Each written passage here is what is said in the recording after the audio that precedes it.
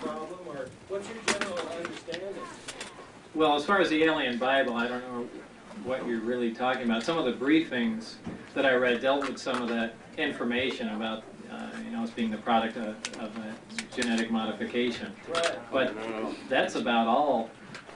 That's about all that I know. The repercussions, the big story, all that, you know, all that I really have no idea about. Well, I meant, like you mentioned the date when they were supposed to return. Is something supposed to happen when they return?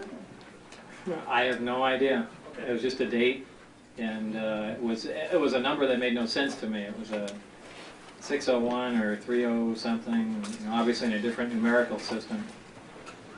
And so other than having created us and then the genetic upgrades, that's it as far as... That's Supposedly, if that information is correct, yeah. I'm interested in a little bit more about the physics of the power generation from the development of the antimatter to the gravity A wave and amplification, and that process of the generation of that and being able to fold space. Can you repeat the question? That's a pretty lengthy explanation. In other words, the relationship between the development of the antimatter and the gravitational force field. Well, I can give you, I guess, a brief overview of essentially how that works. If you want an in-depth description of that, you can give me your address and I can send you a paper on it. Essentially, what the reactor does is provide electrical power and the base gravity wave to amplify, and it does that by interacting matter and antimatter, essentially. The way it does that is injecting an accelerated proton into a piece of 115 that spontaneously generates antihydrogen, essentially. That's reacted in a small area. It's a compressed gas, probably a compressed atmospheric gas, and you know, the antimatter reacting with matter produces the energy, mainly heat energy, and that is converted into electrical energy by a thermionic generator that appears to be 100% efficient, which is, you know, a difficult concept to believe anyway. Also, the reactor has two functions. That's one of them. The other function is it provides the basic gravity wave that's amplified, and that appears at the upper sphere of the amplifier itself, and that's tapped off with a waveguide similar to microwaves, and is amplified and focused, essentially.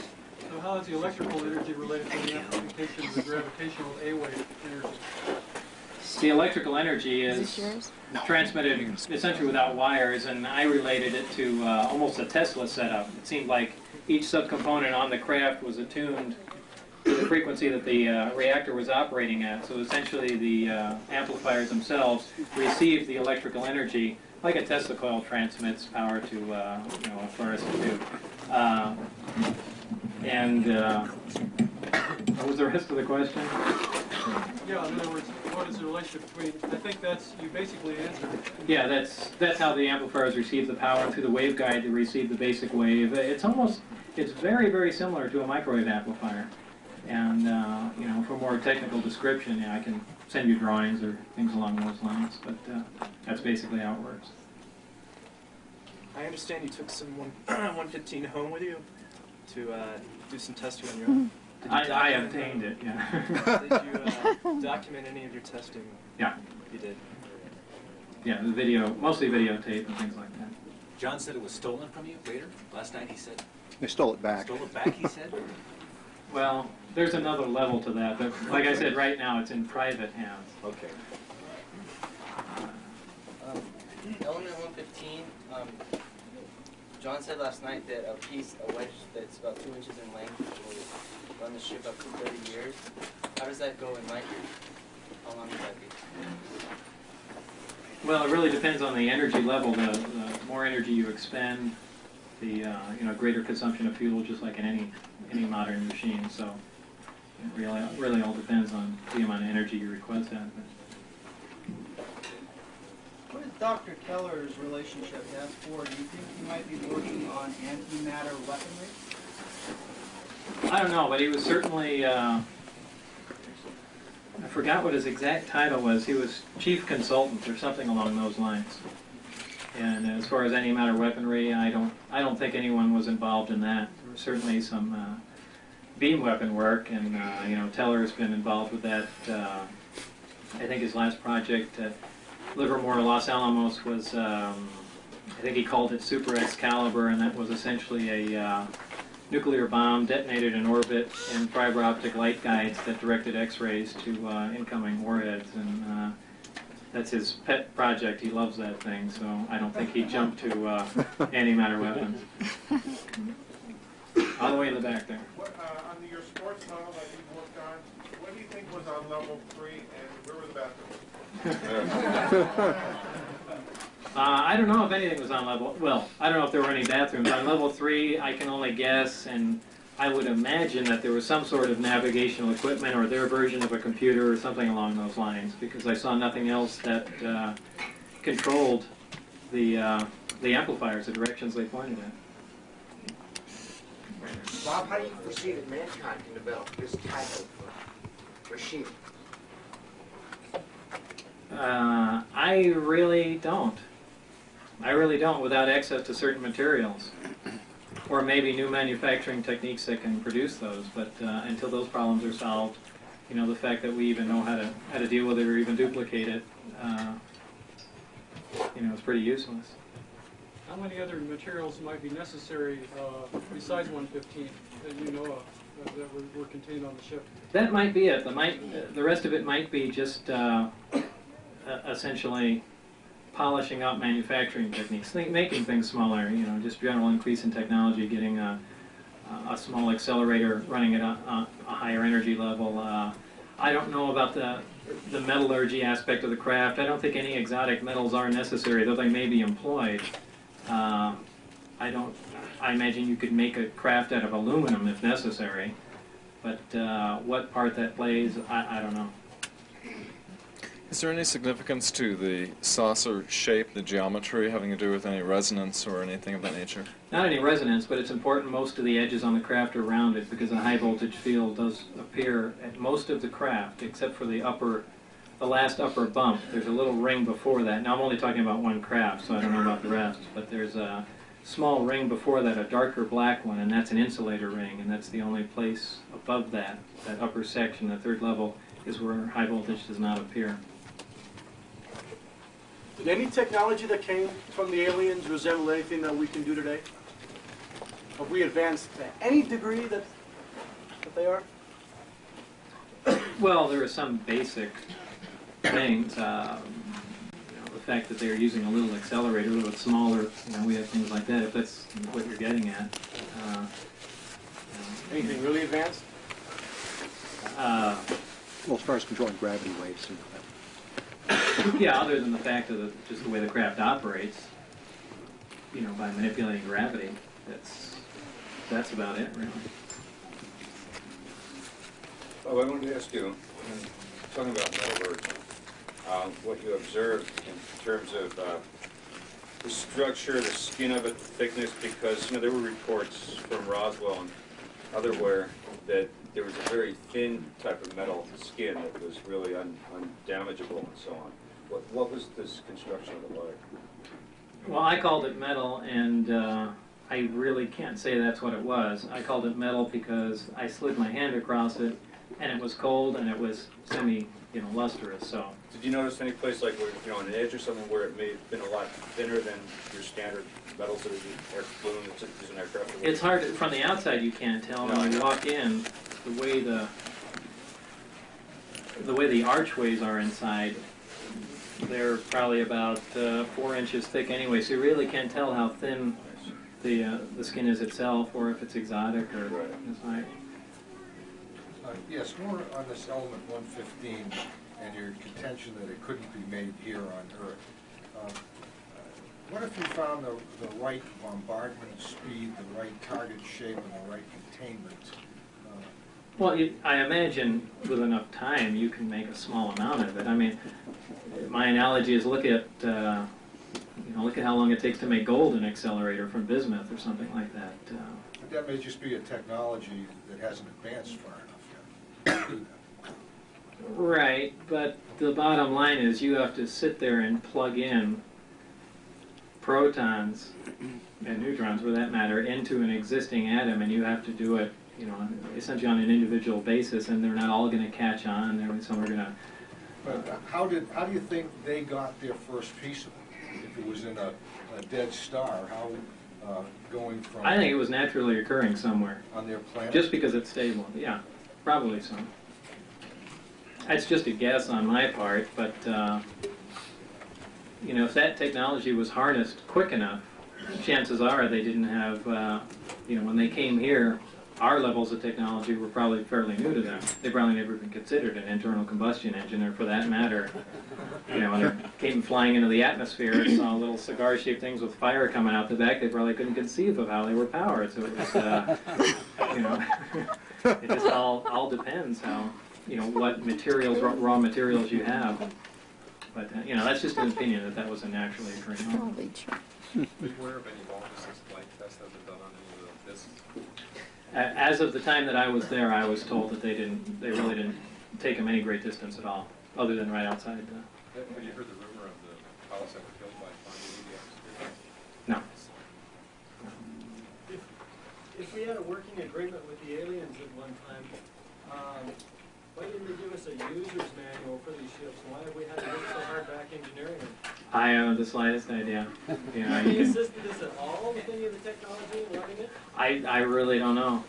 You know, it almost seems like there had to have been some assistance or some information found, but who knows? Your information didn't indicate that. No. Yeah, with such tight security around there, supposedly only 500 pounds of this material, how is it somebody can get some of it out of there? Because some of the, not some of the material is, that they have there is essentially raw. The material is, it has to be machined into discs. These discs have to be stacked up and then cut into a cone shape and then sliced along the long axis of it. That work is done at Los Alamos. I'm not exactly sure Los Alamos knows what they're doing. Apparently they think that they're developing the little coins they're working on is some new type of armor. And having worked at Los Alamos and know people around that area, that's how I obtained some of it.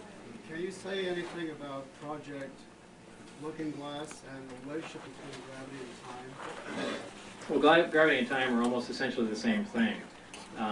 And Looking Glass dealt with using gravity essentially to distort time, and as I've said before, I really know very little about that, but you know, they were only talking about milliseconds or even less microseconds of time distortion. They're not like looking back in time to see who killed Kennedy or something. The craft that are you talking about, the scout craft, is that the one that's like the Adamski picture with the 3 domes underneath? And if it's not, I'm not exactly sure what the Adamski okay, picture. it's the saucer shape. It has This is the one underneath. that looks like one of the Meyer craft. Did you see any others than that one, or is there 9 up there? Yeah, I saw 9 total, but that's the only one I got close enough to. Did you see the one with the 3 domes underneath, that 3 balls underneath, that has the central housing underneath? No. And then the second question was, did anybody give you any indication as to who was driving, or any information on that? I assume that it was humans that were piloting the craft, though it could have been remote control, but at the one test flight that I saw on the ground, they were in radio communication with someone, and I assumed it was someone in the craft. I imagine it's possible that it could have been a remote observer somewhere, but and I just assumed that the seats were retrofitted, or they were sitting on the floor for that matter. Are you familiar with, I have a couple aspects of the question. Are you familiar with Howard Menger's Electrocraft and Otis Carr's saucer design? And how are their devices, how do they generate their gravity fields compared with what you've described? And lastly, can you speculate how why the commercialization of some of these crafts hasn't been possible with so many different patents applied for these kinds of design crafts? Because they don't work. Are there any G forces encountered No. by the pilots inside the craft? I don't know. No. From your interviews, you seem to feel that the Area 51 or the S4 test site was kind of slipshod in how it does its research. It really doesn't have the facilities there to actually do the research correctly. And also, I'm wondering, could you comment about that? And also, I'm wondering what you could tell us about the other types of ships you saw there that you felt were alien in origin. Well, as far as the research at S4, that was kind of slipshod. Just because, mainly it was being done from a military point of view. If anything, it was a weapons development program, and they were more concerned about duplicating the technology, not really duplicating the technology, duplicating the hardware, as opposed to back engineering the technology to find out how these theories actually work and what's going on with them. And so they really weren't taking the scientific approach, and that was causing some dissension. I don't remember the second part of the question. Just what other types of ships did you see that might have been alien in origin? I only saw them, and they varied in shape, but I was told they had the same identical power and propulsion system, and that's the extent of my knowledge on them. What about shape? They varied completely in shape. You had the military out there supposedly working with the aliens. Did you ever get inference from them that it was a positive or a negative situation? In other words, when they brought up, when they were talking about the aliens or whatever, was it a positive or a negative type slant on Well, they really didn't talk about the aliens. The only time I ever heard anybody mention anything about an alien, someone, and I'm just assuming that, someone called it, or called the thing, a gourd. And that was it. I heard it in the middle of a conversation, and they stopped talking when I got up to them, so that was the thing. Questions from the interior of the sports model. I know you have made reference to the power source in the center of the craft, and there were small seats there were low to the ground. How about consoles or displays or any kind of instrumentation? Nothing along those lines, but what I call the console, there are 3 seats. If you look at the bottom level, there's the 3 amplifiers in a triad formation. Directly above each one is something I call a console, and I think that's a secondary part to the amplifier. And an analogy to that would be the actual amplifier, and the thing hanging underneath would kind of be a speaker if you're talking on audio terms. So. Is there any kind of control or light indicator? No. No on switch? Not that I could find. Did it seem like there was any place or even a need for a life support of any kind on these? Not that it was obvious to me. Good question. How do they navigate, and how do we converse with them? I haven't the slightest idea how they navigate. Like I said, I think if that, whatever controls the configuration of the amplifier is the focusing, which is basically their navigation, is most probably on the upper level of the craft that I didn't get to look at. And as far as the conversation between them, your guess is as good as mine. Was the local means of propulsion the same as this across great space differences? What was the local means? The local means of propulsion is essentially them balancing on an out-of-phase gravity wave. And it's not as stable as you would think. When the craft took off, it wobbled to some degree. It's, a modern-day Hawker Harrier or something along those lines, a vertical takeoff craft, is much more stable than them in the Omicron configuration, which is that mode of travel. The Delta configuration is where they use the 3 amplifiers, and those are the only 2 methods I know about for moving the craft. Can one pilot, as far as you know, pilot this craft, or does it take 3, or do you know anything about that? I don't know. Oh, in the back in the red? Yeah. They're both in red. Number 15, was that stable? In other words, does it give off the radiation, or can you hold it? No, it's stable. Stable, so you can hold it right in your hand? Yeah, theoretically, elements should reach a stability around anywhere from 113 to 116, somewhere in there, and apparently that's true. And again, they should reach a stability somewhere up around 220 some odd. But you know, whether those elements will ever be synthesized or found naturally. Yeah, it's unusually heavy. Yeah.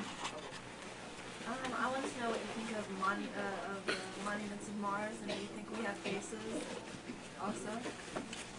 Do I think we have bases? No. The monuments of Mars are interesting.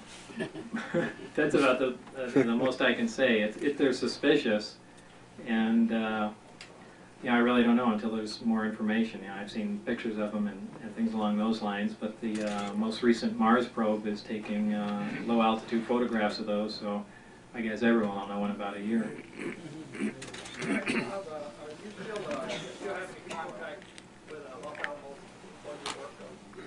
Indirectly, yeah. What about your perception of time and length, width, and height? Is it the same aboard the craft as off of it? Why do you went aboard compared to when you went off of it? While you went aboard it or off of it? Well, as long as you're on the craft, everything seems completely normal to you. Time flows at a normal rate, and if you're off the craft and you're comparing the time of someone in the craft, someone off the craft, there'll be a definite difference there. Anything where gravity's involved.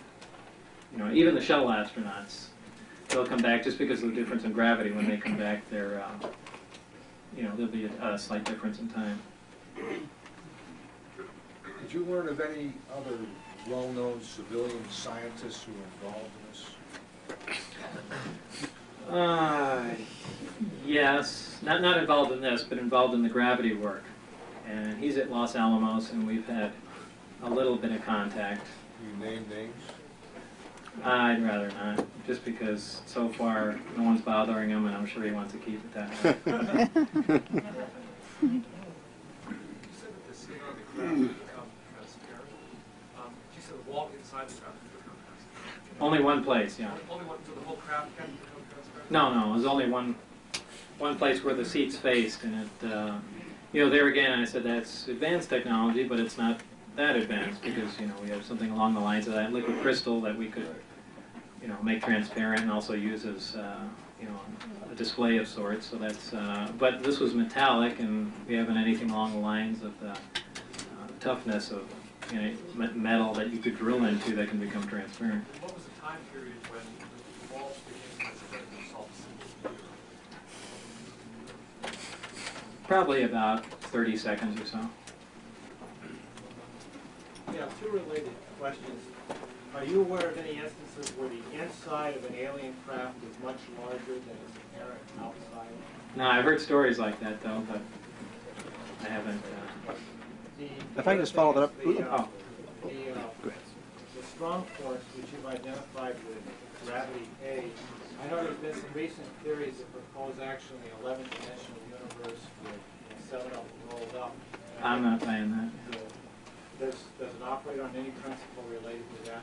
Yeah, my main problem with that, and Stephen Hawking for that matter, is that once you start creating other dimensions, it's like an excuse. I mean, in particle physics, they do that too. When they can't figure out something, they say, well, you know, we don't know what gravity is. Well, it's caused by the graviton. Yeah, they make up particles like that. You know, and you can do that with dimensions too. Where to go? I went into another dimension. Yeah, it's like an excuse. The bottom line is, you know, as everyone has said, every physicist has said, the answer to everything is always simple. And there's not an 11-dimensional universe. It does. First of all, there doesn't need to be, because all this technology works, you know, one-dimensional, essentially a 4-dimensional universe, and you know, there's no need for it. Yes, I have 2 questions, please. You said in your video tape that you worked from Las Vegas to Groom Lake, is that right? Yeah. How did you get from Groom Lake down to Groom Lake? In a bus. There's a facility on the other side of Groom Lake, on the east side of Groom Lake. Are you familiar with that? On the east side of Groom Lake. Across the lake? Yes. No, I've never been over there. Did they ever tell you, did you get anything of the work that was done on the west side of Groom Lake? No. Bob, getting back to his question about if there is any difference between being on the inside of a craft while it's under power versus being on the outside of a craft. Of course, you wouldn't have experienced that because you were never on the craft when it was powered, right? Under power. Well, by the fact that the screen became transparent and other things were operational, I can assume that there was some power generated. So. I see. So. Okay. Huh. Bob, how long were you a part of the S4 project, and how key of a person were you on the science team that studied these vehicles? I was probably there only 6 months, 4 months, something like that. It's hard to remember. And as far as a key person, I'm sure I was the last rung on the ladder. Though, because no one has really gotten anywhere, you know, they were looking to me for fresh ideas, which I really didn't have anything because I didn't know what, you know, really what was going on or where they had been. So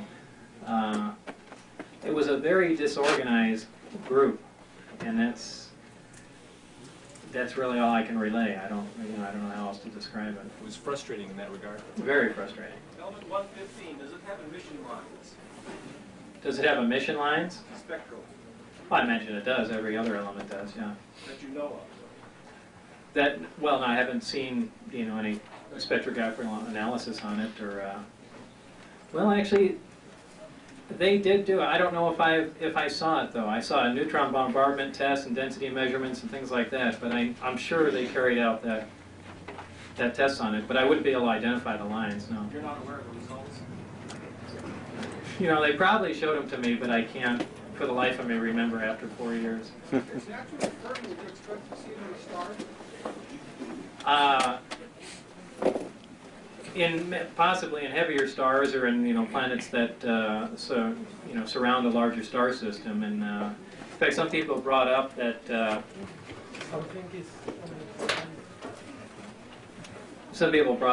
you know, that's ridiculous because, you know, all the elements that we know of are found on Earth, and that's not true. I think it's technium or something along those lines is not found on Earth, and it's on the periodic chart, so it's not that bad. What?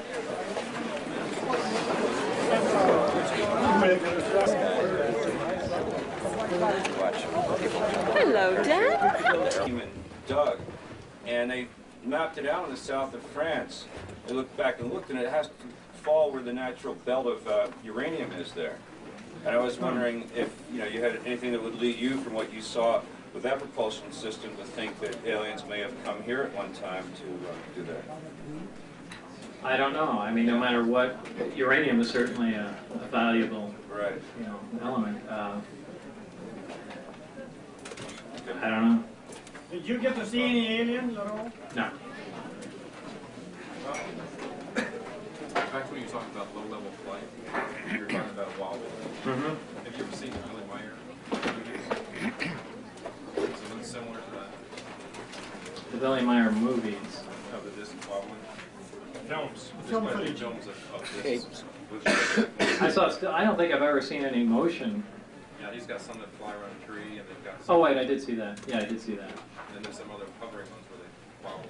You know what's strange about the Billy Meyer photographs? That the discs, that one of the ones he took a picture of, looks exactly like the one that I looked on, but yeah, I'm certainly not an expert in the field, but some of those look unbelievably fake.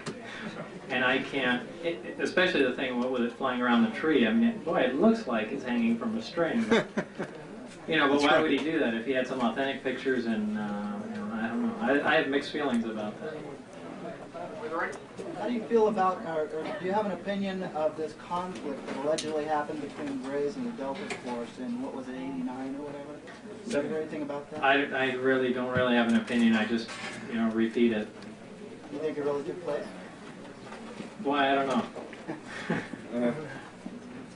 weapons on these ships? Yeah, apparently there's one, but I was involved in the project that dealt with it. And what's your next video going to cover? Well, it's really not a next video. There's the video that I made is being redone by another company only because they liked it so much, and they're just redoing the graphics and making it a little more technical, and you know, I'm just serving as a technical advisor on it. But for the most part, it's 60 to 70% of it's, you know, the identical thing. They just wanted to do it because these particular group of guys involved, I think the company's called DreamQuest, involved in special effects, were really into the UFO thing, and they wanted to do it with modern day stuff instead of, you know, knit stockings and things like that.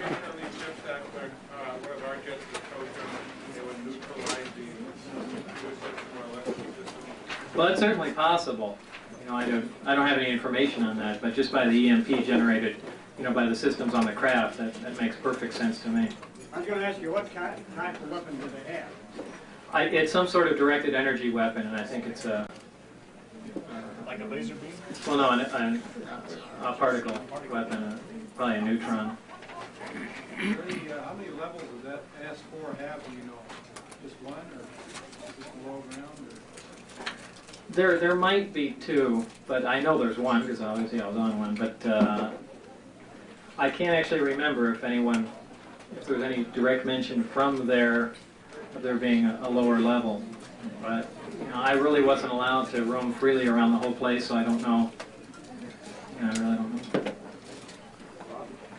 Bob, could you tell us about your education? I've got a couple of different conflicting things I'd like to hear from you. That varies widely. As far as electronic technology, my degree there is from Caltech, and physics is from MIT. When did you graduate? Did you go to Pierce College? Yeah, I did. Okay, that's just Where did you hear that?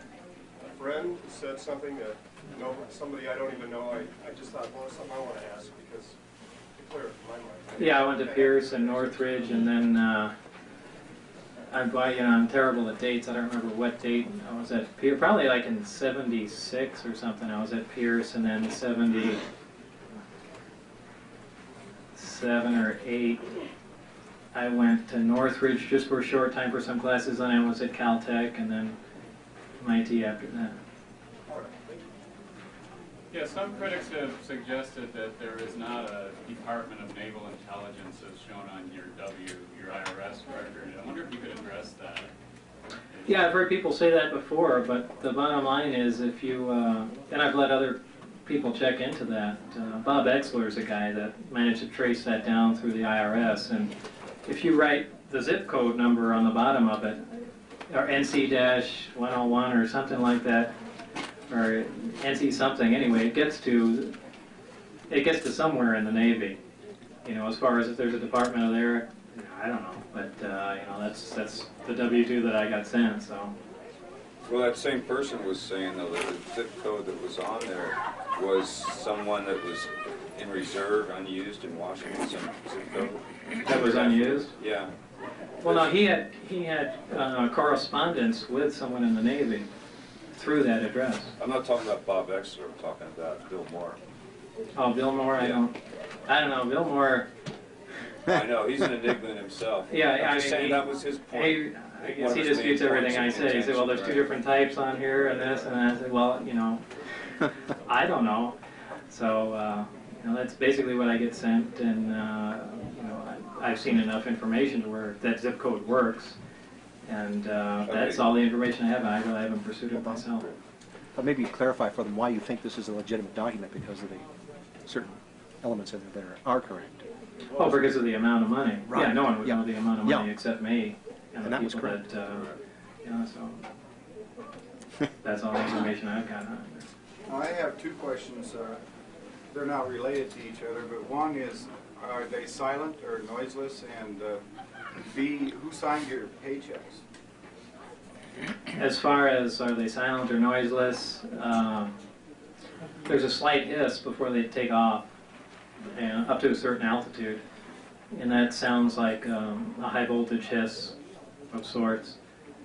That's all the sounds that I've heard. I've heard lots of reports about, you know, weird flying saucer type sounds, but you know, I've never encountered that.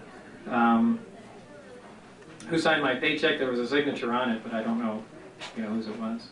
It never even, you know, at the time that I cashed the paycheck, it never even concerned me tracing anything down. So there wasn't a company name up in the corner like this paychecks?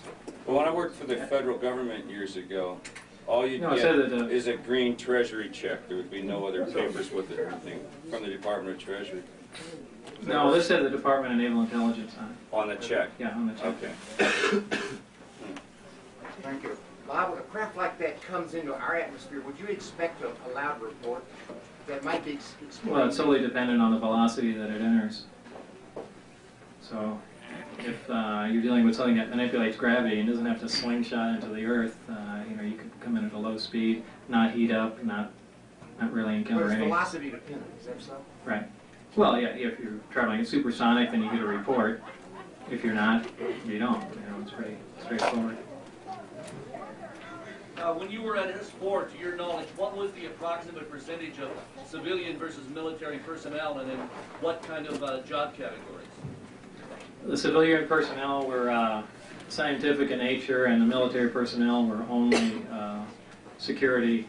And as far as the percentage, it was a small percentage of scientific to military personnel. Are there any secretaries?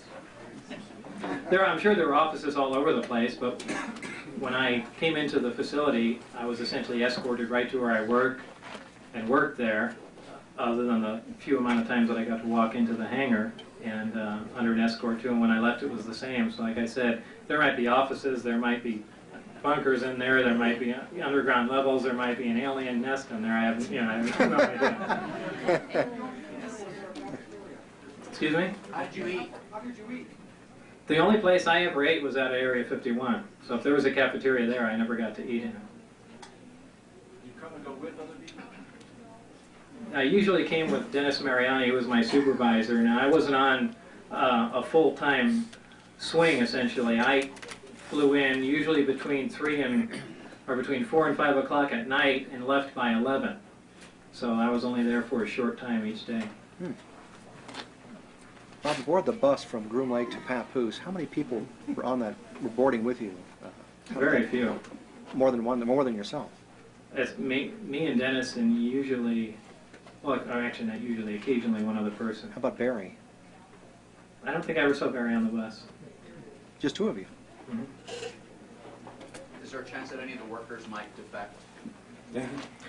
Barry would. That's why I spent some time trying to get a hold of him, and there was actually some time after all this hit the news and the whole thing went down, we got a call from Dennis, my supervisor, and he arranged a meeting at the Union Plaza Hotel.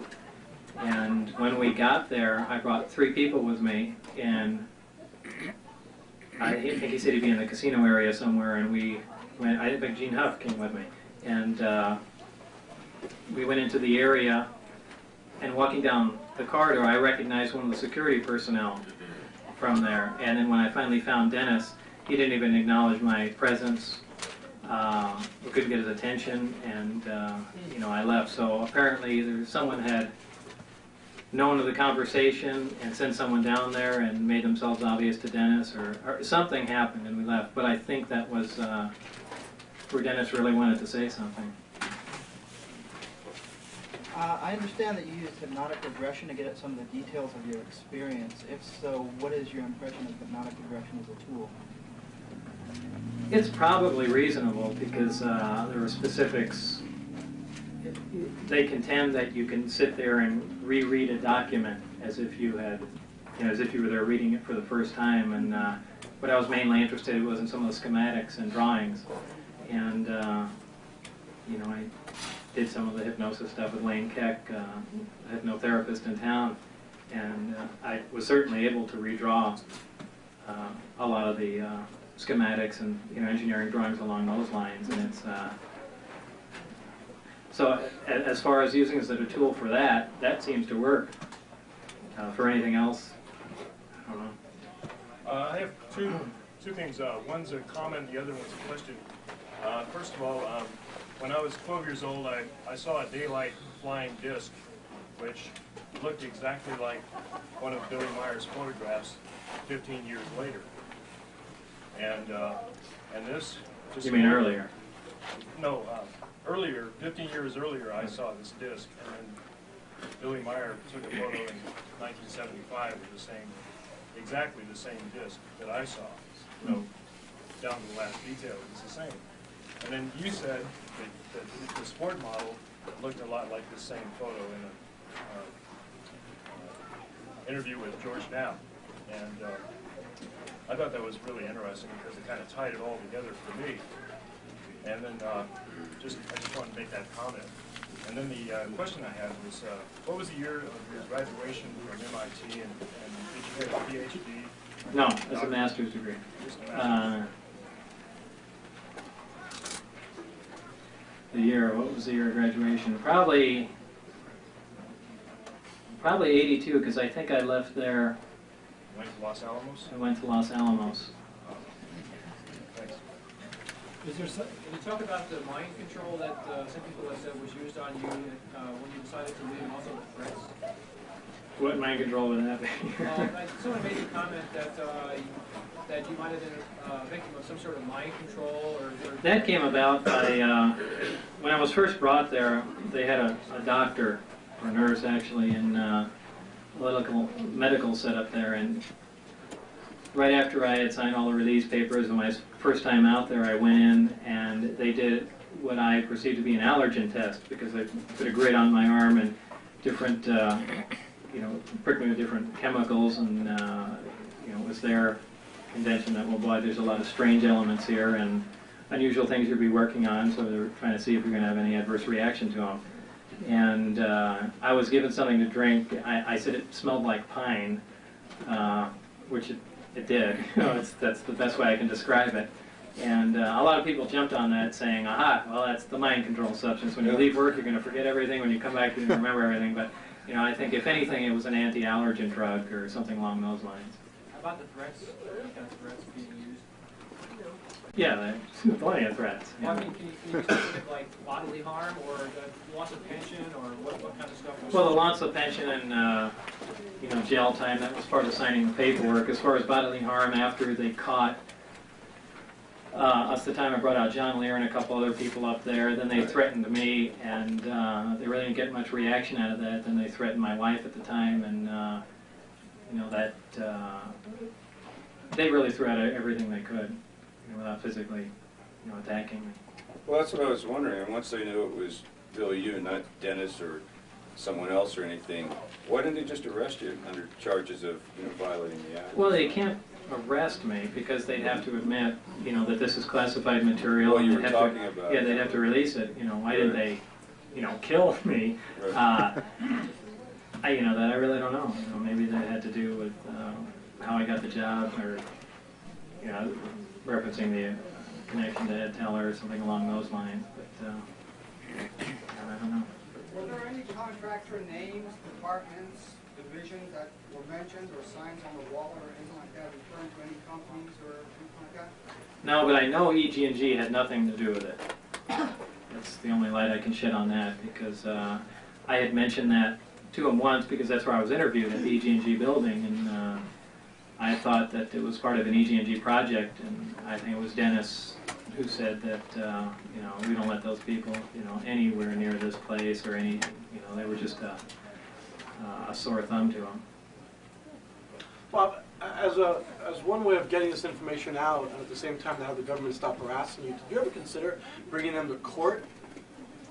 Suing what them, charge? well, threatening you and your family, harassing you, and as a result of that, forcing them to... With what evidence would I do that? I mean, it's hard enough to prove it to, the layman in general, but taking it to court, it's impossible. I mean, there's plenty of people that don't believe me anyway. So you never sought out legal counsel with regard to any of this? Well, a little, yeah, initially. And, the bottom line is, the attorney said there is absolutely nothing to go on. It's a total waste of time. And, if anything, it's going to be a public forum to discredit me in some manner. So, why even go through with it? What about class action and ACLU and that sort of thing?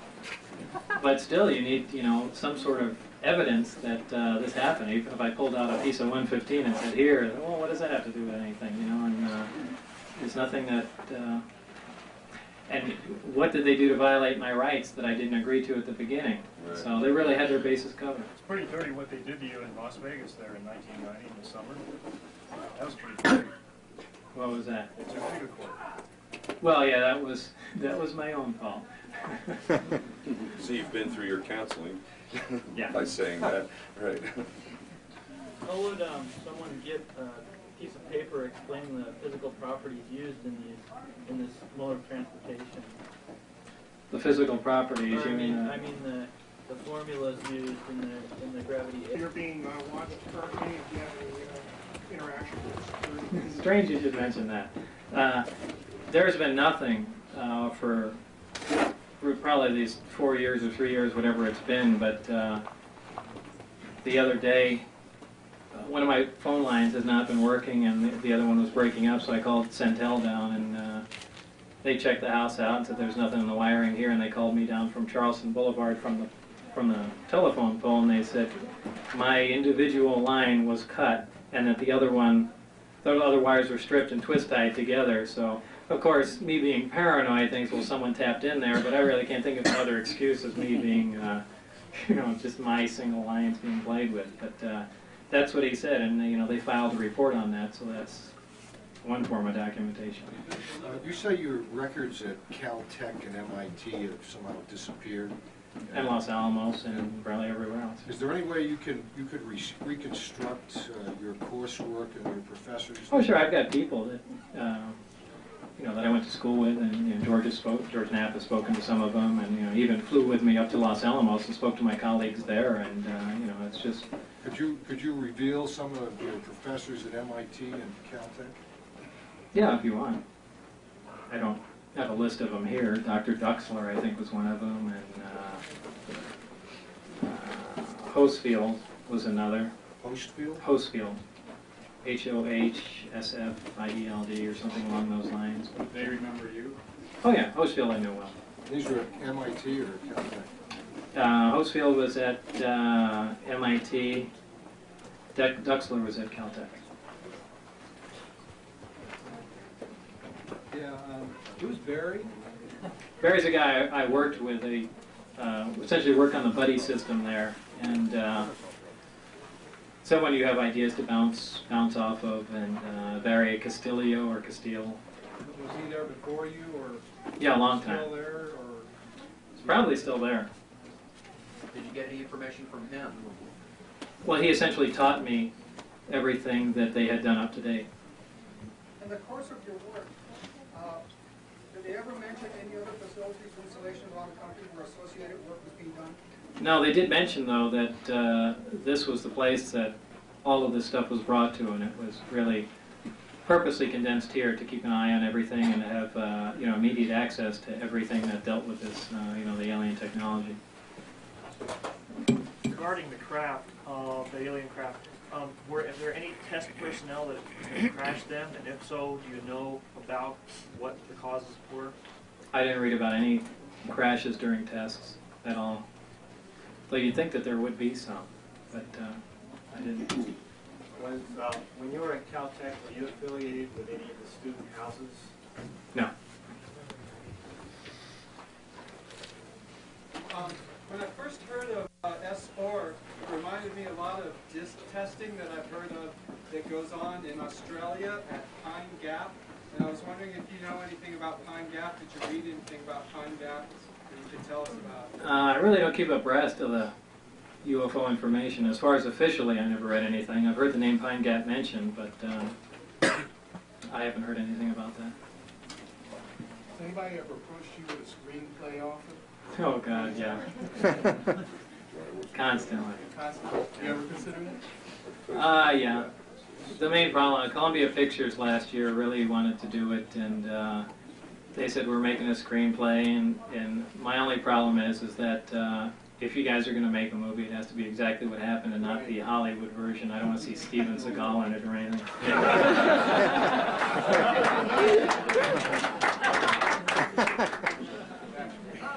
I don't know too much about your experiential background or your expertise, but do you have any speculation why they recruited someone with a master's instead of a PhD? No, that's a really good question. I've always said there's plenty more people qualified than I am, and if there's there's only two reasons they could have. Is either number one was that Dr. Teller essentially juiced me into the position that said, there's a guy, Bob Lazar, I know him, find a place for him, or that the fact that I have traditionally approached everything from a very strange angle and essentially off the beaten path and tackling technical problems.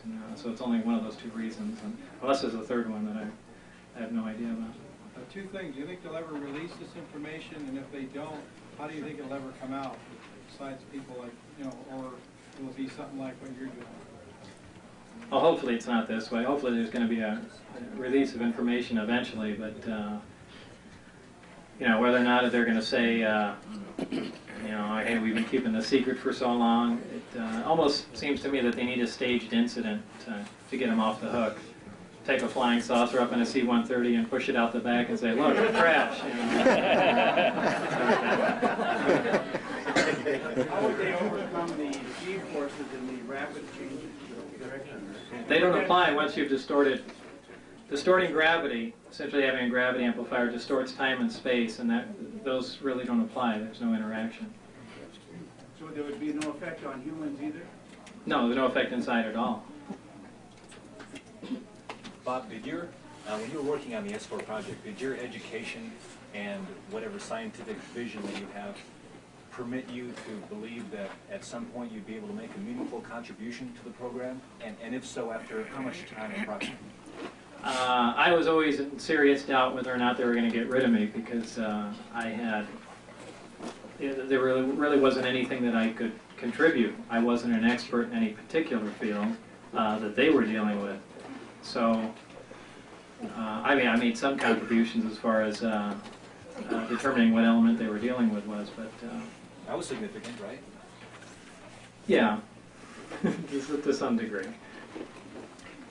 Yeah, I was just wondering, when you work at MIT and Caltech, I forgot if you had a master's degree or doctorate or whatever, but did you come from a pretty, was your education pretty traditionally grounded as far as your own views, as far as physics and what is considered common knowledge, as opposed to theoretical things? And in other words, how surprised were you when they started showing you all of this hardware and these concepts that could do things that is really...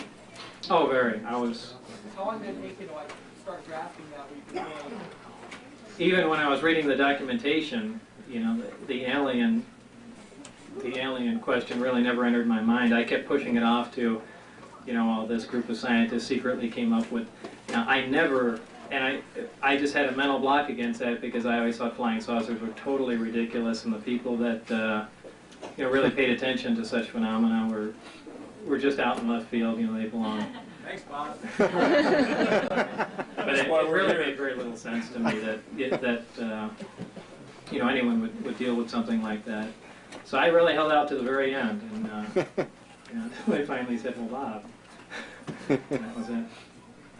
Well, at S4, did you ever hear any Air Force or military squadron numbers or names bandied about?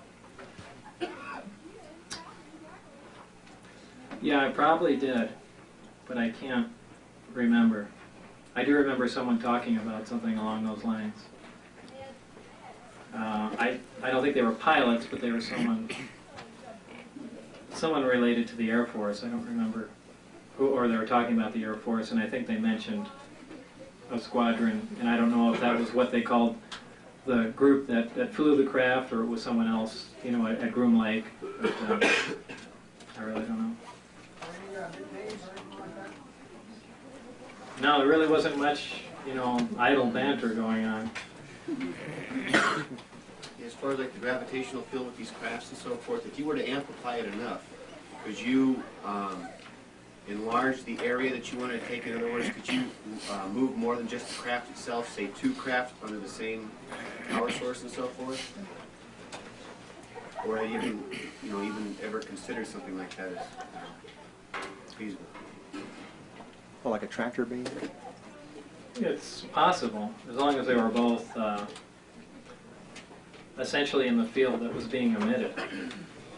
I really don't know what, you know, how the level of energy relates to the amount of mass that can be bent that way, or how the amount of space that can, those numbers I really don't have, so it's just a guess. Do you think it'd be feasible?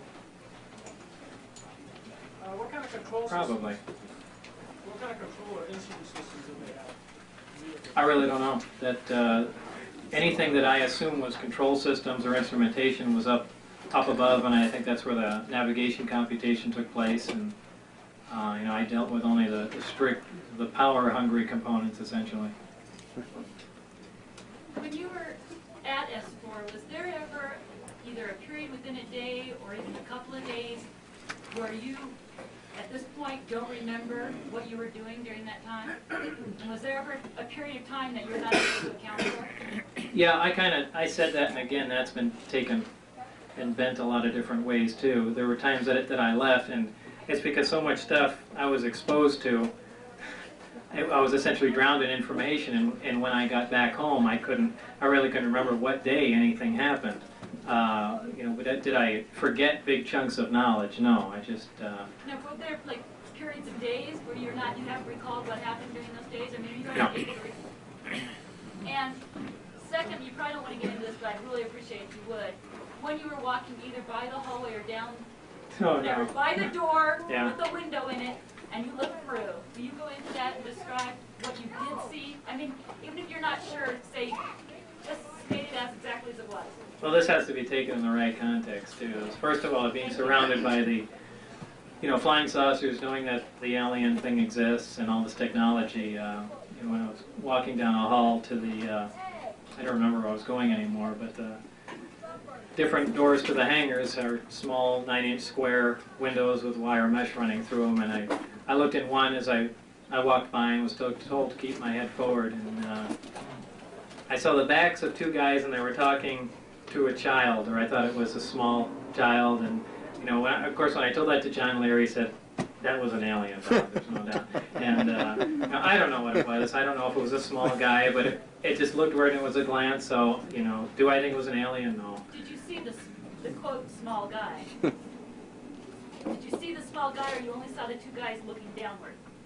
No, I saw the small guy. You saw the small guy that they were talking to? Yeah. What did it Well, it was just a glance. I have no idea. That's why I said, but believe me, if I had a rounded head and big eyes, I'd say, hey, there's an alien there, but I can't say that. But it was a small, It was something. small person or someone they were talking Yeah. to. See, I don't think anyone could bring their kids down there, so I don't know. But for that matter, they could have been holding up So you realize you're talking to a crowd that has had a lot of personal experience, a lot of these people. Right, but also look at it from a technical viewpoint, that it could be a model, a life-size model, and they're trying to see how the size relationship works in the seats and other parts of the craft, and what's accessible, so it doesn't necessarily mean that it was a living being. Thank you. Would you mind Right. speaking at all about how this body of knowledge has affected you emotionally or maybe spiritually? Are you frightened by the implications of what all this means, or No. you've no doubt thought about the overall agenda? You've speculated, I'm sure, on your own. Yeah, but it's difficult to really, put a finger on it, since there's so little evidence to go on, and really 99% of the stuff that I hear, I really don't even come close to believing at all. And it's not just because I'm skeptical, it's because it's absolutely ridiculous. I even, though it's stepping on a lot of people's toes, I think 99% of the sightings out here are absolutely not flying saucers. Most people are watching 737s come into Groom Lake, and they may turn up there and there's lights on the planes. And along the other same lines, there's these parachuted flares that they fire off near the Papoose Lake area, and they're an orange color, which is pretty coincidental, and they're on essentially a modified small hot air balloon, so the burning heat of the flare keeps it afloat longer. And whether they're doing that for disinformation or practicing how missiles lock onto heat-seeking targets, I don't know, but I think 99% of that stuff is what people that come around this area are seeing. It seems as if even knowing that we possess alien technology hasn't even made you a believer. That's probably true. But it has. I mean, I believe the stuff that I worked on, there's absolutely no question in my mind. But I think everyone can only go so far, and I just hate to speculate because I hate to be wrong. I don't want to say, well, they had to be given to us because we didn't shoot them down, and it's so I just stop right there. I think we forget sometimes you're a scientist. Maybe so. I stop with what I'm pretty sure with, and that's it. What is your synopsis in a nutshell? Based upon what you saw and what you experienced. Well, I can't. Like I said, I stopped before that. I have lots of possible ideas in my mind, but Based only on what your experience was, only on what you saw, what is your synopsis? my synopsis of what I know to be true, Yes. that the government is holding 9 alien spacecraft that are propelled by a modified gravity generator. The work is being conducted 15 miles south of Groom Lake, at that isolated area only, designated as S4, that at least one of those crafts operate, and that's about it. Okay, thank you. Bob, did you ever see the... Smell like, were there any unusual odors from the craft or anywhere No, else? none at all. Did you ever see the word S4 written anywhere? For the letters S4? That's a good question. Did I ever see S4 written anywhere? What was it? What was the question? The question is, did he ever see S4 written anywhere? On your badge? Yeah, the S4 was punched out on the badge. Punched out, so you never saw it then? That was more along the lines of I was thinking was a sign, and I think,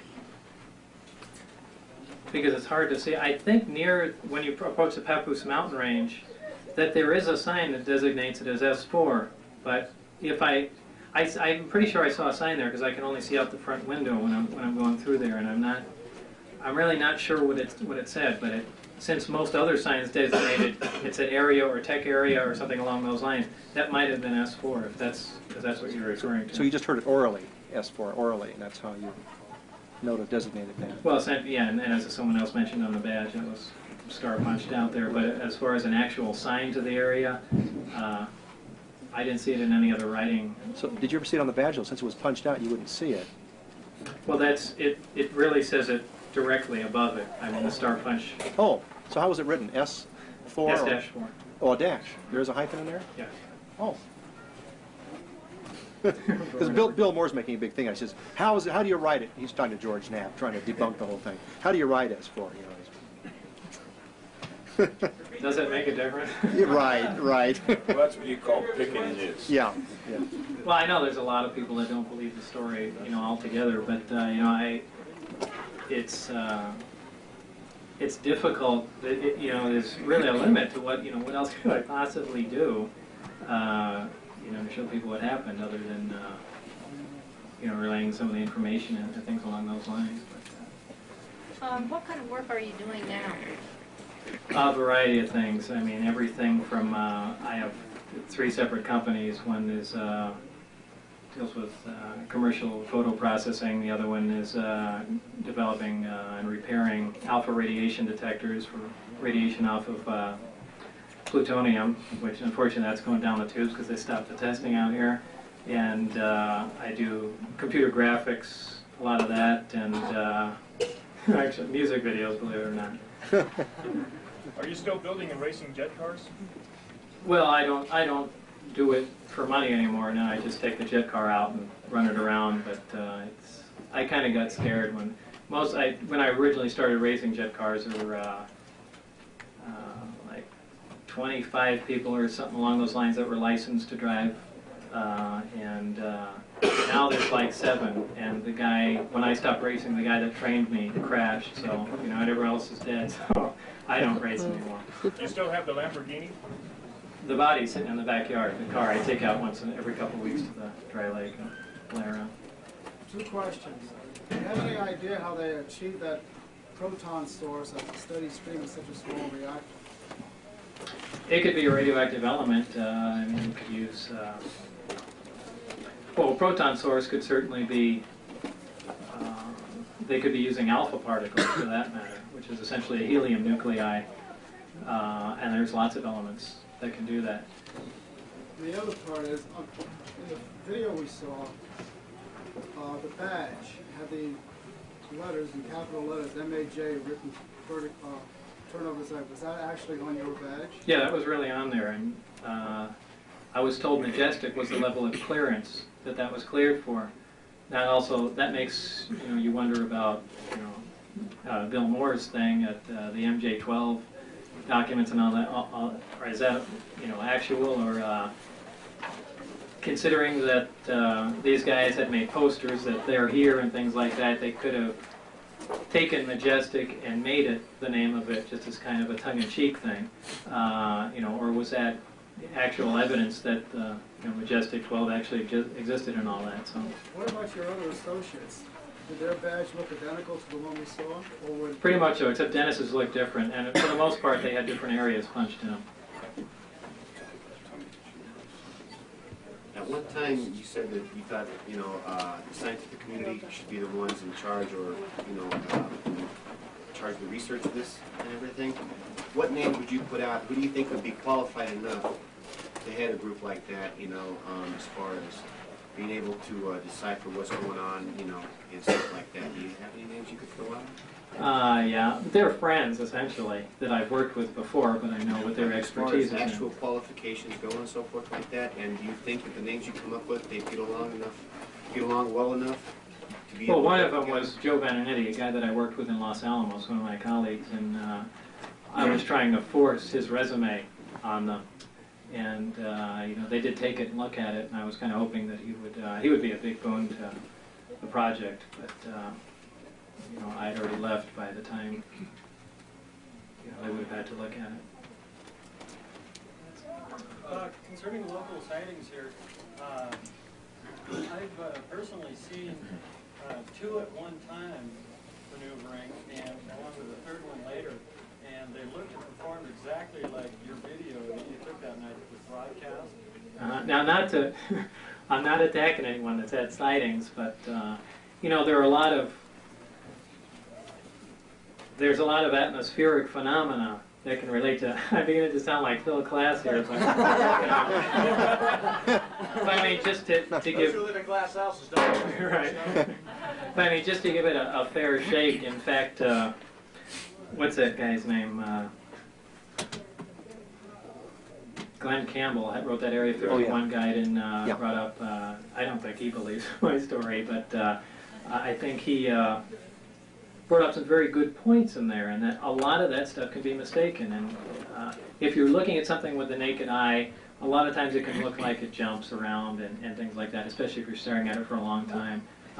It all depends. It all depends how it's looked at. Obviously, if it's something dramatic, if something is close, if something makes a tremendous jump, a great distance, other than a little, you know, tiny white light that looks like the head of a pin, that's a different story.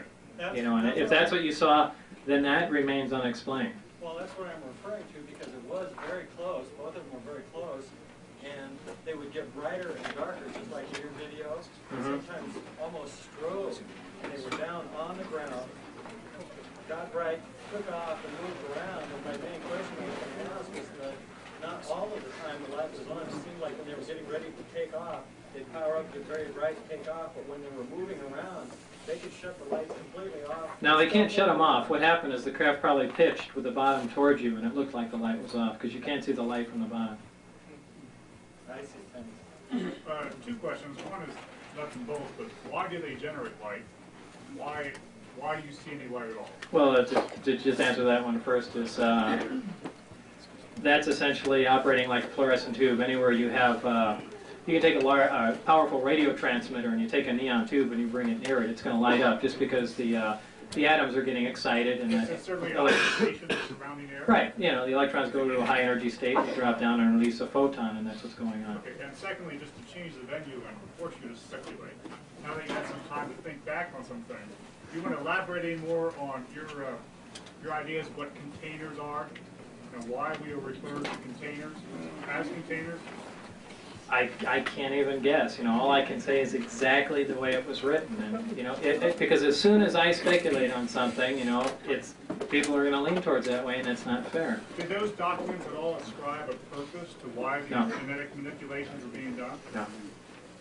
You know, this was not a large briefing. I had 90% of the material that I read was dealing with my project, and when I mean briefings, I mean 2 sheets of paper as just the information I got on whatever else was going on, probably to alleviate, you know, my curiosity, and that was about it. What do you know about the aurora? Is there anything about the aurora that you might attribute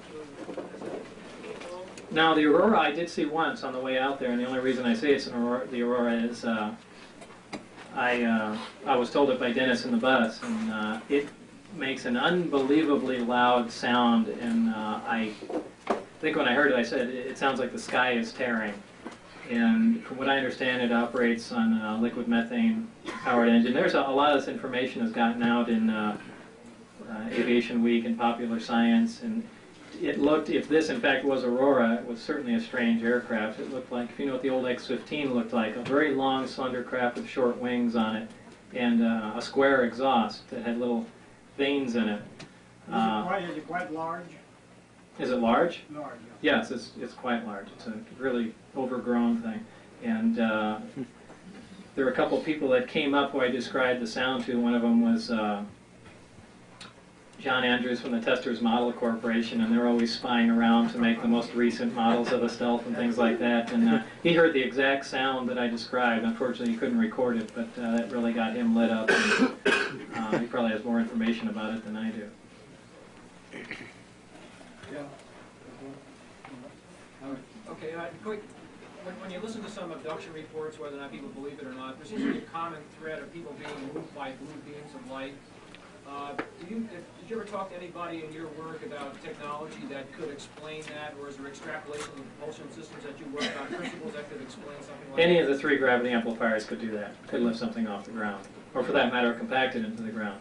That's not a problem. And because the craft, in fact, can operate on one amplifier in Omicron mode, hovering, that would leave the other 2 amplifiers free to do anything. So I imagine they could pick up cows or whatever else they want to do. But on the craft that I worked on, there was absolutely no provision for anything to come in through the bottom of the craft or anything along those lines. So I don't know how, if that in fact does happen, it's in a completely different type of craft. Does a blue sound, is a blue color consistent with what you would expect? That's more consistent than the craft's glowing orange, because the interaction with the it should the nitrogen atmosphere glow blue. Did the ship appear to be cast on a piece of metal? Not cast, and at least more it was injection molded, because there was no sharp objects, even where the seats meet. The floor is curved, the top of everything. I think the analogy I gave, it looked like it was completely made of wax and heated till it melted, and then cooled down. Everything is completely, perfectly rounded, and if in fact you're talking about something that's containing a high voltage field, that's exactly what you want to have to prevent the corona discharge from spraying off. How can you focus a gravity wave on something that's so many millions and millions of miles away? Well, first of all, I don't think they focus it that far away.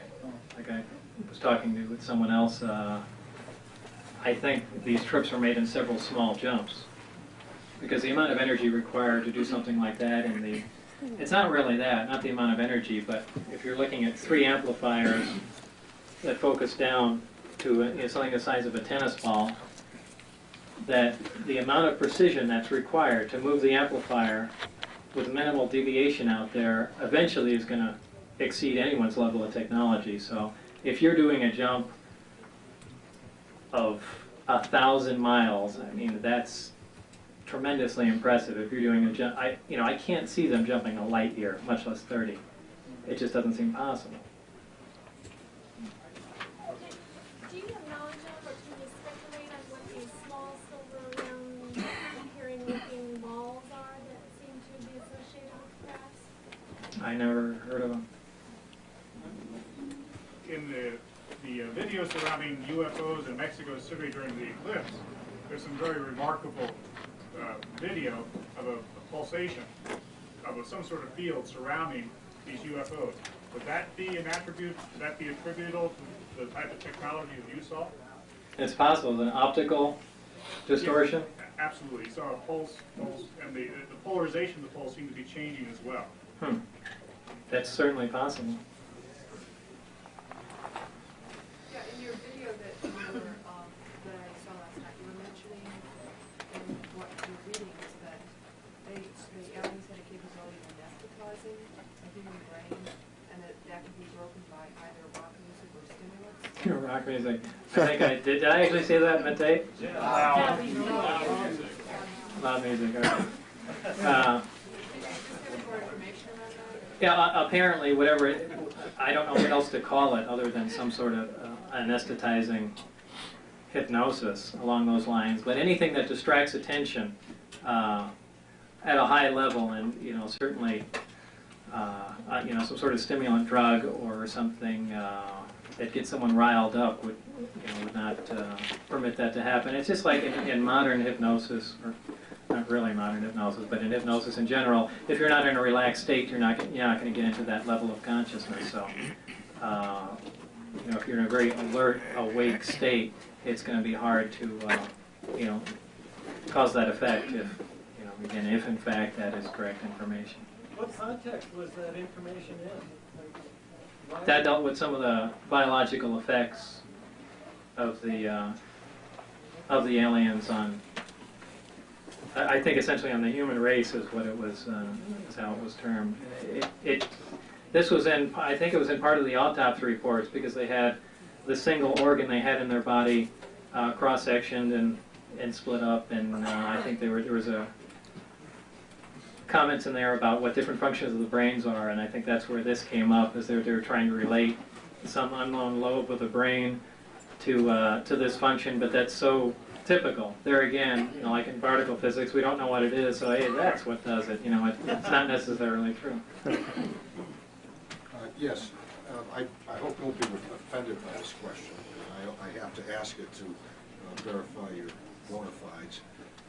Have you ever gone by any other name?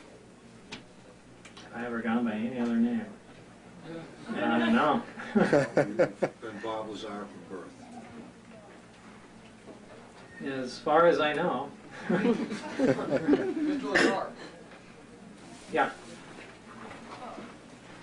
Do you have any other biological information on the aliens besides that they had one organ? No, that's all I have, and that was essentially just from looking at a photograph. So we don't know if they eat or drink or... They probably do, but I don't. This is really just a comment because you mentioned how you feel about Billy Meyer, that whole scene, but you said that the craft that you worked on looks just like the craft that from the Billy Meyer case. One of them, yeah. However, the beings that Billy Meyer supposedly was in contact with are supposedly full-size, like average human beings. And you said that the craft you worked on had shatters that a full person could not see on. But if you looked at the Billy Myers information, I think somewhere in there, maybe I've got this wrong because so much stuff has gone through my head, that the people, the large people that apparently flew that craft, did not produce the craft. They think Billy Myers said it was obtained from creatures that were 2 meters tall or 1 meter tall or something along those lines. Which craft was that? The craft that they... The Billy Myers. The case of the Billy Meyer? Yeah. Well, they claim that they were operating the craft during those contacts. Well, so were our guys for that matter, so I imagine they could be retrofitted, but, I don't know, I can't go either way. I know the one that I worked on was small and was certainly uncomfortable for, anything in the area of 5 to 6 feet to walk around in. Bob, were the other 8 crafts given to us by the same aliens, and where did we get that? I don't know. That's information that wasn't given to me. But I think as I said on my tape in an interview somewhere, one of them absolutely had a projectile hole through it. And the only thing, I don't believe it was shot down. This is a personal belief. But more along the lines, I believe it was stood up on its side just to see how the metal would react to a high-speed projectile going through it. You were there for what, 4 to 6 months? Yeah.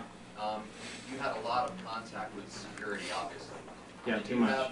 Too much. Regular escort, a sane person. How did they act? It depends. Each one you ever goes. talk to them? No, I never talked to them.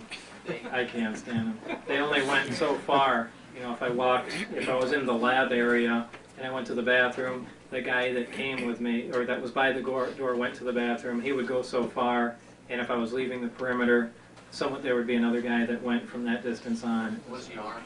Yeah, oh yeah. Was he Army, Air Force? Can you tell? I don't know. Any insignias on his uniform? No, he might have been, like I said, they had a dark blue uniform, most of the guys there, except a few of the people outside had that desert camo. Headgear, beret, cap? No, they didn't have any hats on. There wasn't any insignia or anything on them, they just had the pistol and that was it? Boy, there might have been, but You know, at the time, I probably didn't pay much attention to it. I was trying to put the guy out of my mind, not study. They never wanted to talk to you. Did they all seem like a stern Delta Force type, or were they like? Oh yeah. Yeah, they weren't the least bit interested in what was going on, and you know, what they've been briefed on, I have no idea. But you know, to them, it seemed like we were a nuisance. But you know, it's the reason that they're there. So I don't know whether. Did you ever see any inside hardware of this machine? The nuts and bolts, wires, and obviously you probably did. Did it look like our nuts and bolts and wires we get in a hardware store, or what? Well, as far as fastening devices, everything was formed together. There were no nuts and bolts. Wires, there were no connecting wires even between electrical systems. So what was the course of energy? How did it go from one area to another area? The best guess is essentially it operated like a Tesla coil does. It's a transmitter and essentially a receiver tuned to the transmitting frequency and receives the electrical power. And you know, there again, that's not real advanced technology. Tesla did that in the 30s, I think. Lights on a console, were they plastic? No, no lights. There were no lights. Nothing. Was the craft monolithic construction then? Excuse me? I didn't hear that. Was the craft monolithic construction? Yes. Could you recount for us in detail your memory of what happened the night that you and the group of people were discovered on the perimeter of the viewing area when you saw the craft?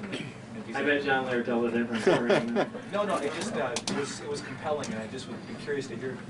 When he in particular, there was one aspect of the story.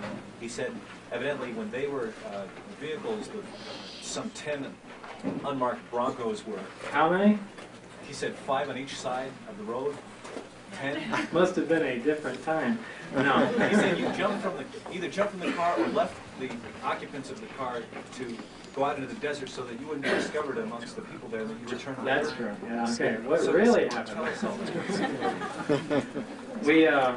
We drove out. Well, I mean, John Lear's a nice guy, and I like him, but you know, he does have the tendency to add about 15% color to stories, and if a story goes through them twice, it's 30%.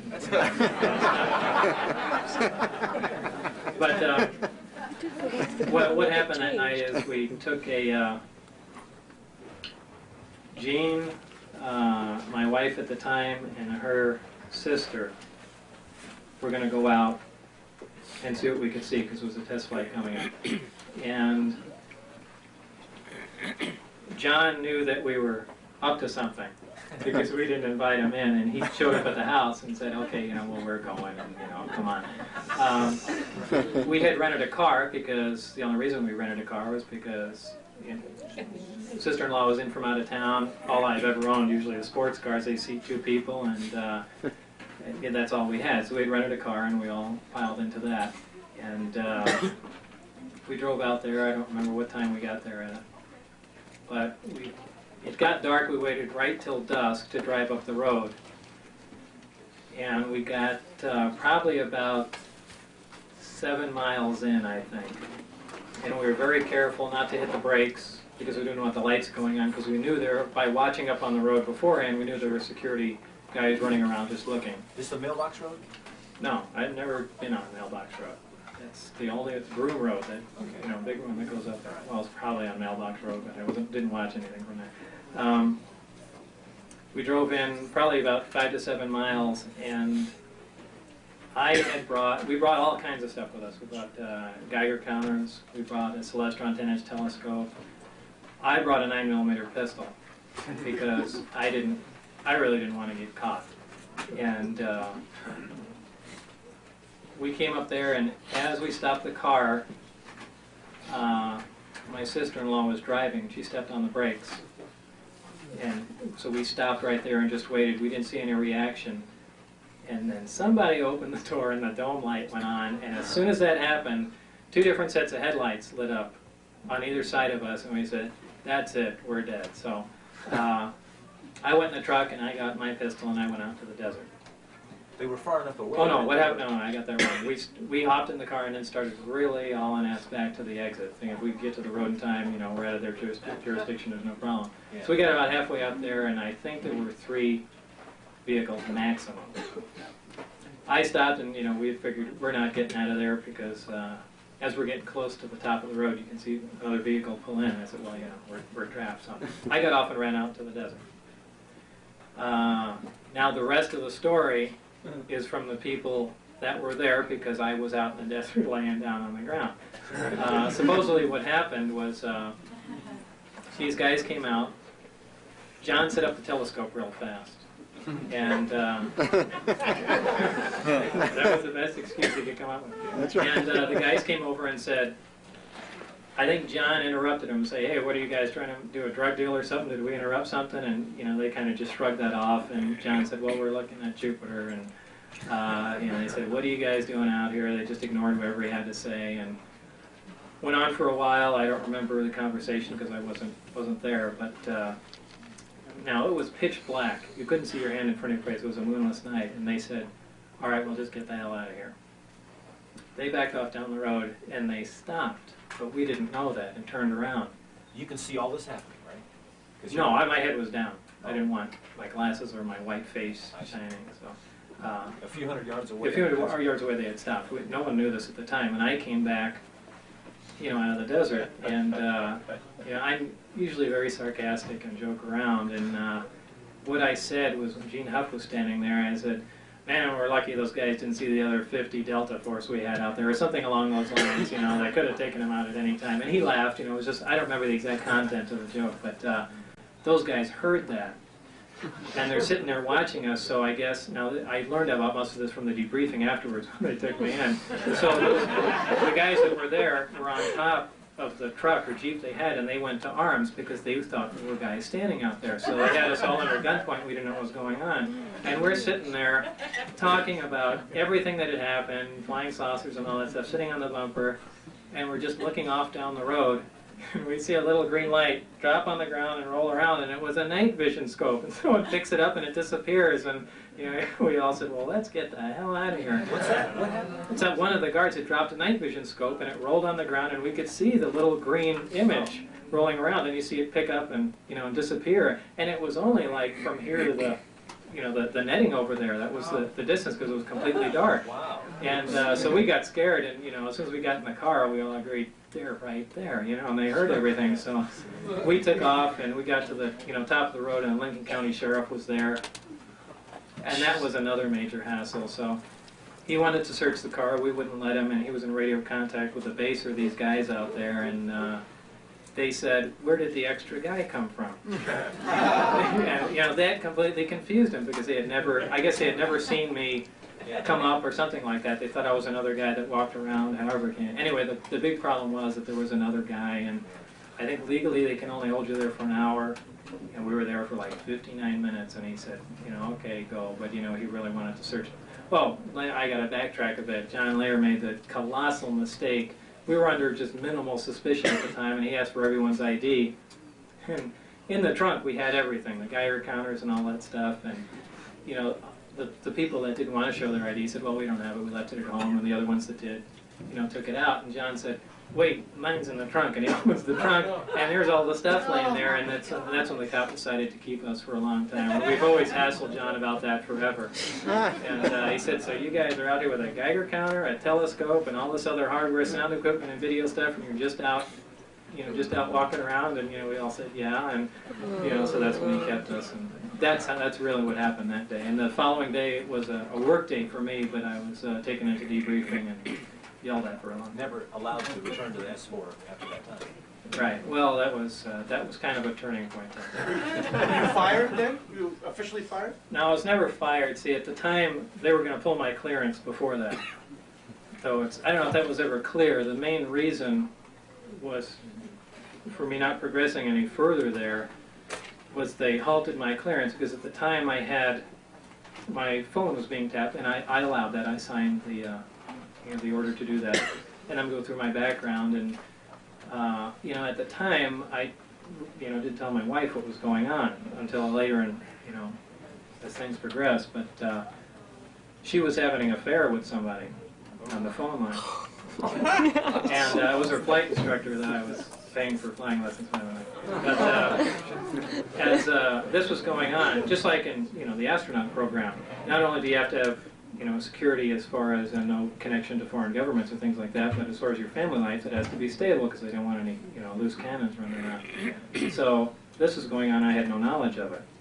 And they said, well, you know, what they were going to do is not say anything to me and wait until one way or another the situation resolved itself.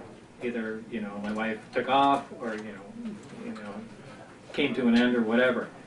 So when I was in debriefing essentially that day, you know, this is when they really started attacking me and hassling me, and that's when they took out the phone transcripts and, you know, hey, by the way, Bob, your wife's fucking somebody, and that was the last time I went back. So that was a real fun time. Rather profound meeting. Yeah. In a variety of ways. So that was...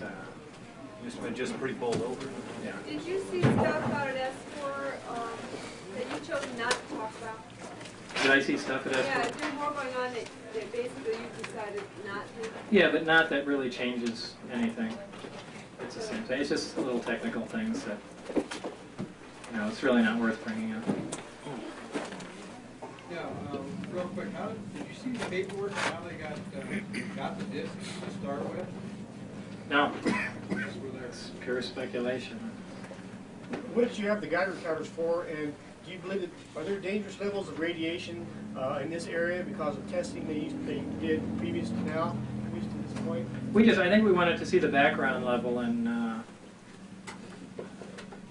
don't remember. It was just like a staple to take along with you, you know.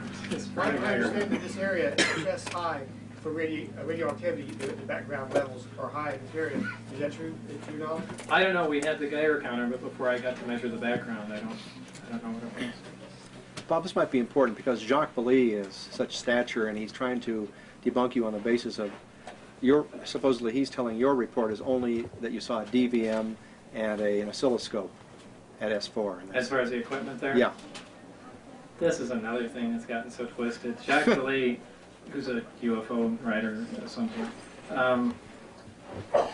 came to see me in Las Vegas. I don't remember how long ago it was, but after the George Knapp thing, and he came down with some producers from Universal Studios who was going to make a movie about his book Intruders, or not Intruders, that's someone else, Dimensions or something.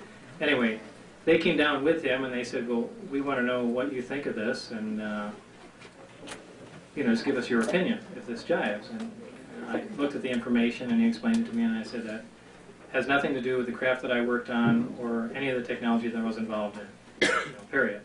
And Jacques really didn't appreciate that, but they asked for my opinion. So I said, and you know, as far as the conclusions he's drawn, I don't agree with them. I think they're completely wrong, and so on and so forth. So he really didn't like me after that point. So he began to interview me, and he said, well, what did you do here and here? And I went over things, and there's one, and this is on tape. I don't see why he would even make a fuss about it, but he said, well, what kind of equipment did you have to work with? And I said, a wide variety of, you know, of different things. And he said, well, what about your bench? What was on your bench? I said, anything you'd find in a normal tech bench. I said, oscilloscopes, DVMs, things like that. And he said, okay. And then, you know, later I heard through the grapevine that he's out doing a lecture. And Bob Lazar said he's back engineered the flying saucers with an oscilloscope and a DVM. And, you know, and this is on, it was on tape. And I think a lot of that's, he's really pretty pissed at me for shooting down the movie, but I had no idea that was going to be the effect, or else I would have reserved my opinion, you know. Right. But you know, it's just the way it goes. What was the physical layout of the compound where you worked at like? Could you describe it? It was long. It was put up on the side of the mountain range there, where all the hangar doors went alongside, and then there's a long corridor that goes down in back of the hangars.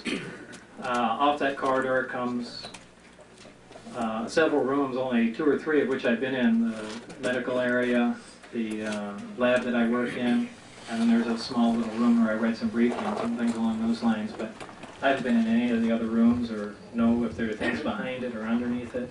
So that's all I can help you with on that.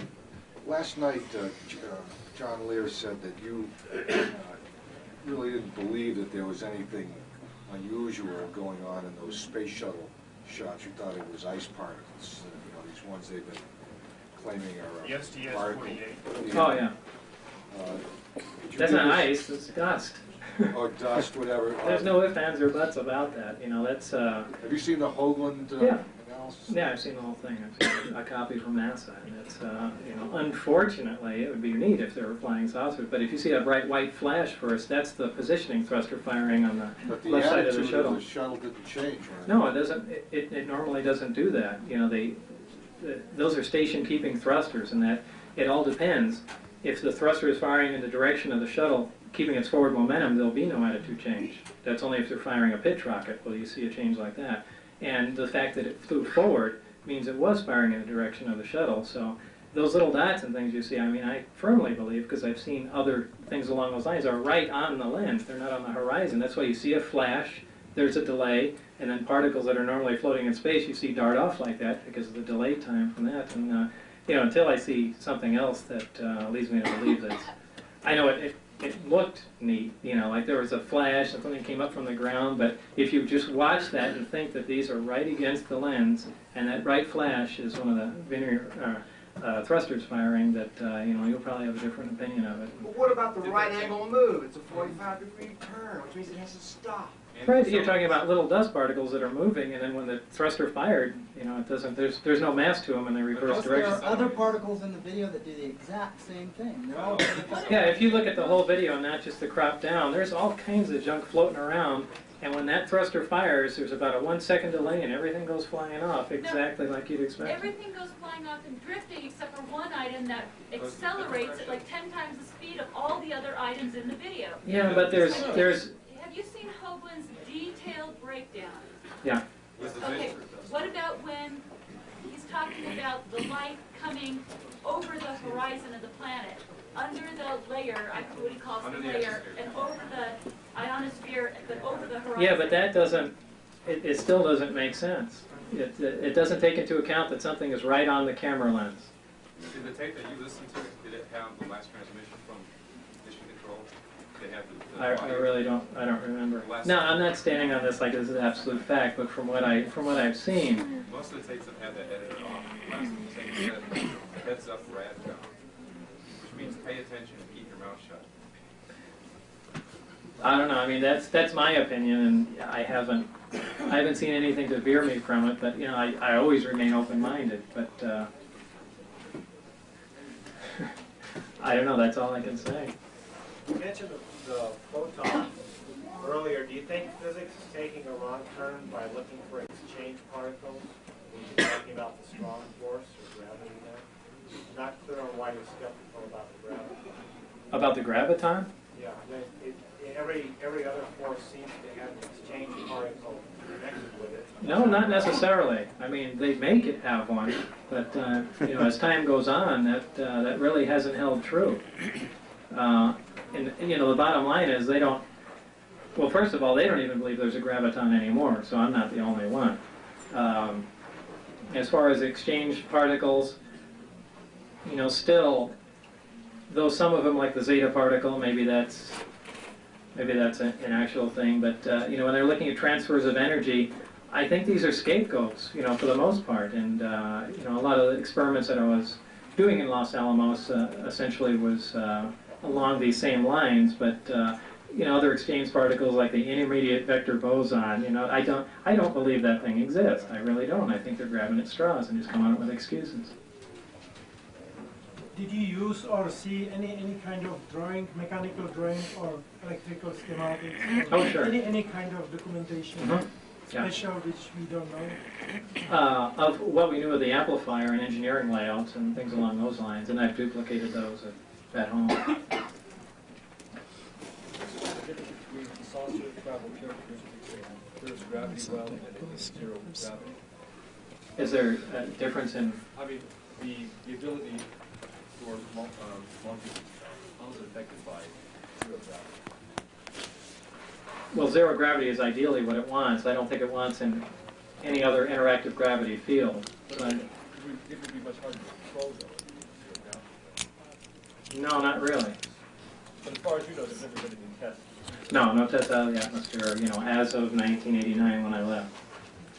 Since it is controlling gravity, would it be possible that these things could either make themselves entirely invisible or a field of invisibility by bending the light around the outside of the ship? Yeah, that's a byproduct of what's going on, because just as any large source of gravity bends light, and you get an intense focus source like that, and it's going to really distort it.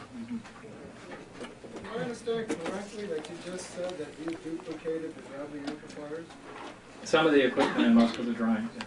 And when you say duplicated, you mean test it to see if it works? No, I'm not tested it because I don't have the facilities to do that. But like I mentioned to someone else earlier, that this summer I'll be patenting those drawings and that device itself. So should anyone decide that all of a sudden they discovered it, and since they've made no claim to it, I'll have the patent. Wait a minute, you don't know about this? Great. Come on. You know, that's really part of the Federation, the Intergalactic Patent Treaty. Don't you know about that? No, I didn't sign that, so it doesn't That's count. right. I'll try some ice water. Yeah. Yeah, sure. Okay, let's talk about gravity amplifiers. How do you build a gravity wave detector? Let's say you determine the frequency and the source direction of a gravity wave emanating from the planet or other source.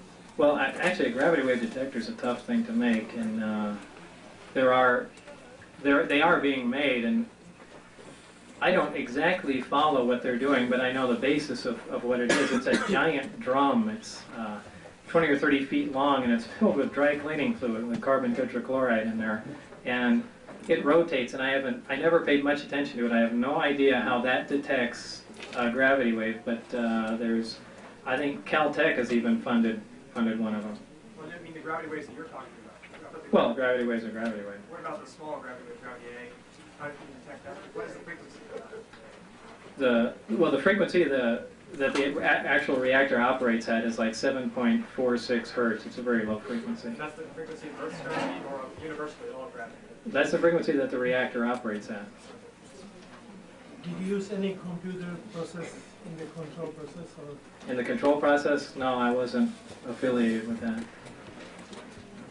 But why would you suppose that the government would continue to spend these massive billions of dollars on space projects that are extended, 20 years into the future, when it knows it has this technology that would make them all obsolete tomorrow? Oh, he wants to know why the government would continue to spend millions and billions, I guess, of dollars on space projects when they have this technology. And well, first of all, you're assuming that the whole one of the government knows what's going on, and that's probably not the case. NASA probably isn't aware of what's going on here. Second of all, just because they have this stuff, they haven't left the Earth with it, and they won't. So we still want to send things up in orbit, and that's the most efficient way we have of doing it, is essentially building a big firework to go up there. But if they spent the same money in developing this technology, or half of it, they'd probably be able to... Not necessarily. Sometimes all the money in the world doesn't get you anywhere. Though it helps. And of course, if you want to keep something secret, that's out of the question. But putting that aside, just dumping billions and billions of dollars into it, sure, you're going to make big strides and you get real reasonable people to work on the thing, but you're still going to get stuck around the area of where you don't have the proper materials or the techniques required to manufacture these things, and that's where you'll get stuck. If your patents, or when the patents get approved, what do you plan on doing at that point? Nothing. Just paying the yearly fee to them and leave them alone. Comment on your debriefing a little further. What happened? They really didn't go into much. It was, they wanted to know what we were doing out there, and they went into, well, we reviewed this was secret. When we said it was secret, we didn't mean bring your friends here and, things along those lines. They had flown in 2 of the guards that were on that truck that were watching us. And it was my impression that they didn't know what was behind the mountain. what we were watching. They were just told to guard what was going on. I made it a point of bringing up the flying saucers and things of that sort, and that's when they threatened me. That's when they mentioned the thing about my wife. The way the reactor's operating, that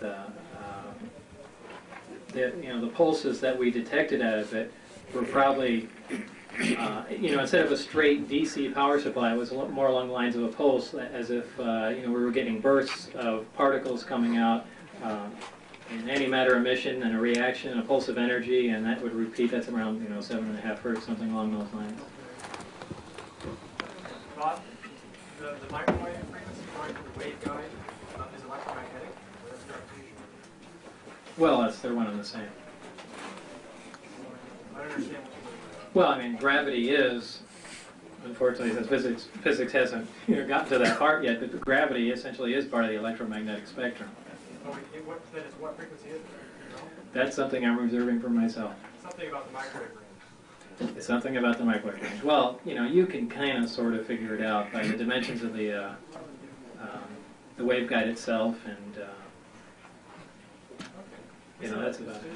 Positive energy is regular photon?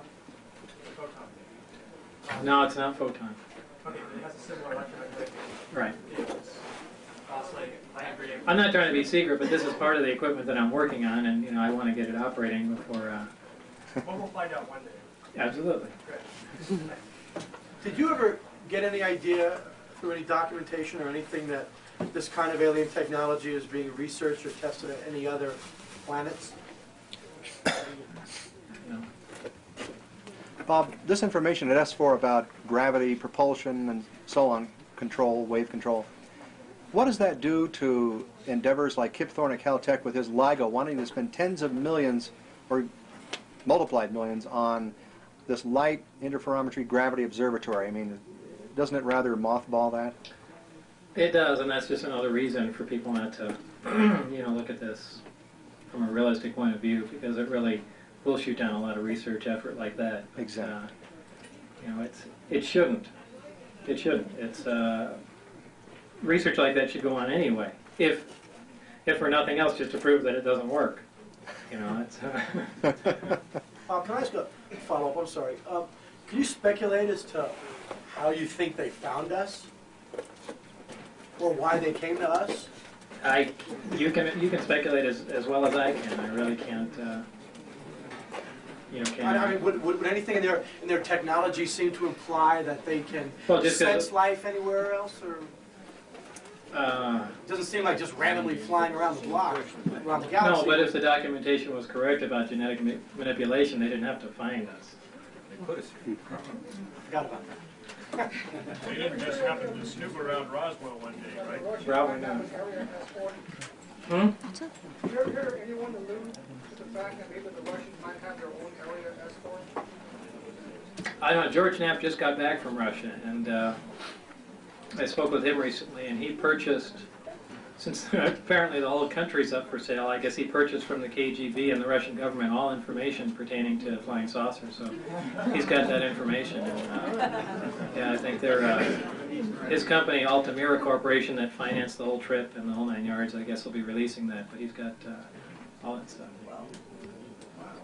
Just a couple more. I'm really beat. Always worries me to come up here because of the atomic blast or upwind of us in Plutonium Valley, probably 40,000 miles away. Whatever happened to the plutonium of the U-238 that's been dispersed here and around this area, the fallout that went up to Cedar City? How much, according to that EPA monitor a quarter of a mile away, we're about 4 times the background dose that we'd be getting in Los Angeles. Plutonium? Because when an atomic bomb or thermonuclear bomb detonates, really most of the plutonium, though it doesn't all go into fusion or fission for that matter, into fission, hydrogen goes into fusion, is really consumed in the fireball.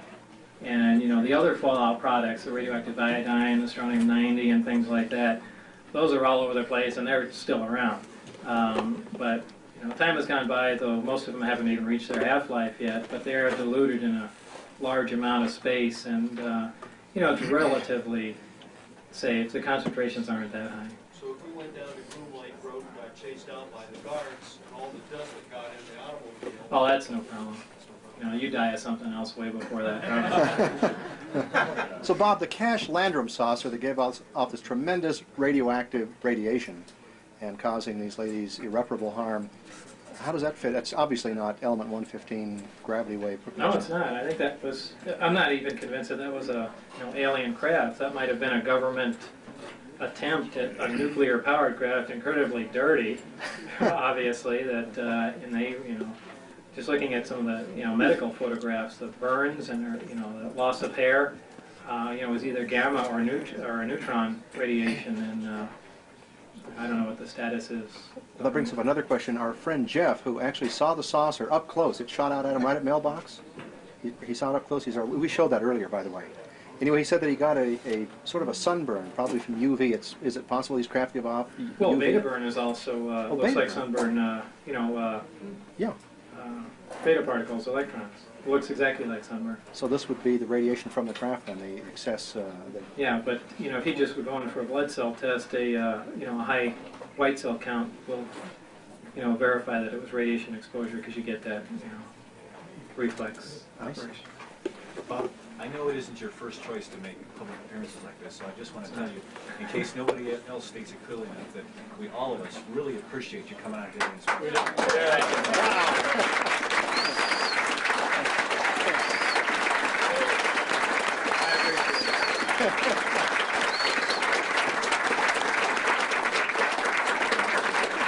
kind of late, so I'll just turn it back over to Gary here and go sit in the bar or something along those lines. Thank you.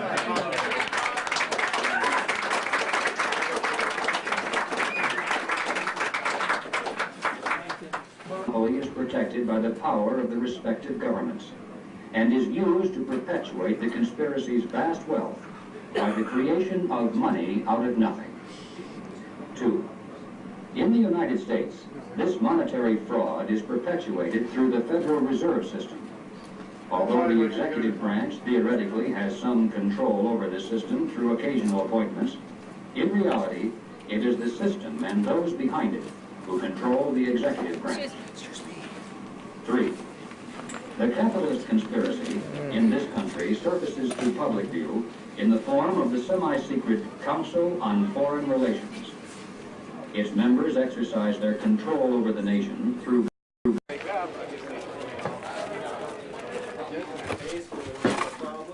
What's your general understanding? Well, as far as the alien Bible, I don't know what you're really talking about. Some of the briefings that I read dealt with some of that information about, us being the product of a genetic modification. Right. But that's about all. That's about all that I know. The repercussions, the big story, all that, all that I really have no idea about. Well, I meant, like, you mentioned the date when they were supposed to return. Is something supposed to happen when they return? I have no idea. It was just a date, and it was a number that made no sense to me. It was a 601 or 30 something, obviously in a different numerical system.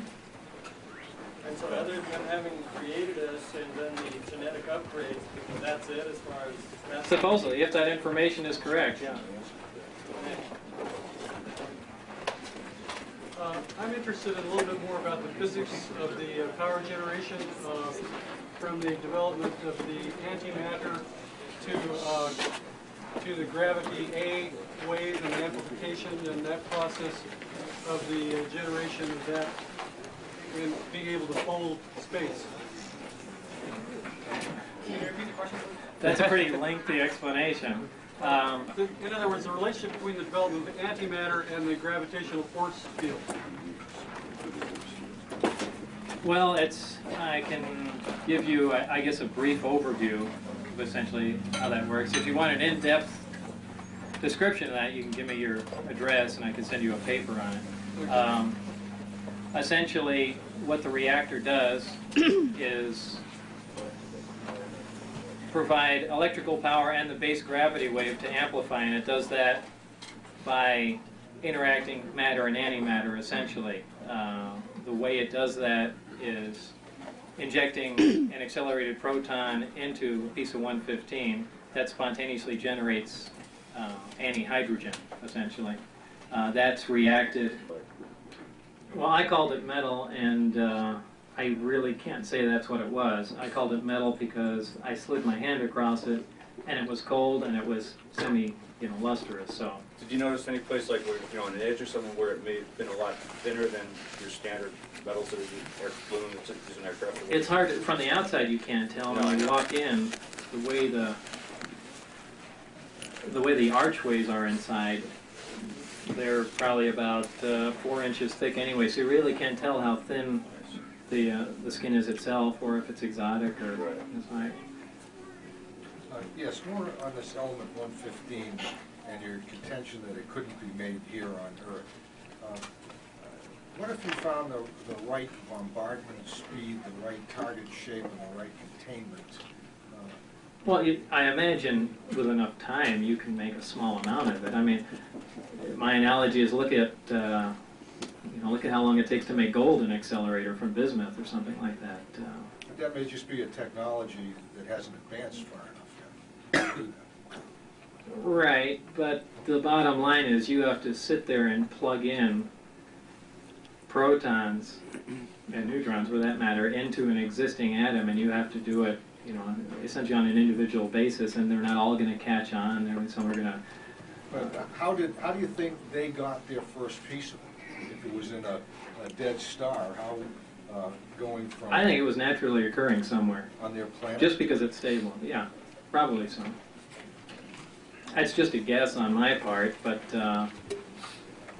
if that technology was harnessed quick enough, chances are they didn't have, when they came here, our levels of technology were probably fairly new to them. They probably never even considered an internal combustion engine, or for that matter, when they came flying into the atmosphere and saw little cigar-shaped things with fire coming out the back, they probably couldn't conceive of how they were powered. So it was,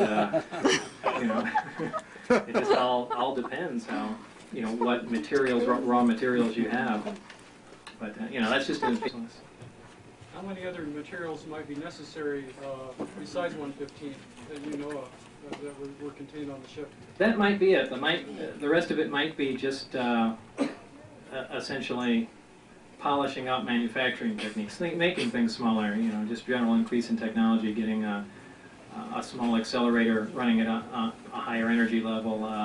I don't know about the metallurgy aspect of the craft. I don't think any exotic metals are necessary, though they may be employed. I imagine you could make a craft out of aluminum if necessary, but what part that plays, I don't know. Is there any significance to the saucer shape, the geometry, having to do with any resonance or anything of that nature? Not any resonance, but it's important most of the edges on the craft are rounded, because a high voltage field does appear at most of the craft, except for the last upper bump. There's a little ring before that. Now I'm only talking about one craft, so I don't know about the rest, but there's a small ring before that, a darker black one, and that's an insulator ring, and that's the only place above that upper section, the third level, is where high voltage does not appear. Did any technology that came from the aliens resemble anything that we can do today? Have we advanced to any degree that they are? Well, there are some basic things. The fact that they're using a little accelerator, a little bit smaller, we have things like that, if that's what you're getting at. Anything really advanced? Well, as far as controlling gravity waves and yeah, other than the fact of just the way the craft operates, by manipulating gravity, that's about it, really.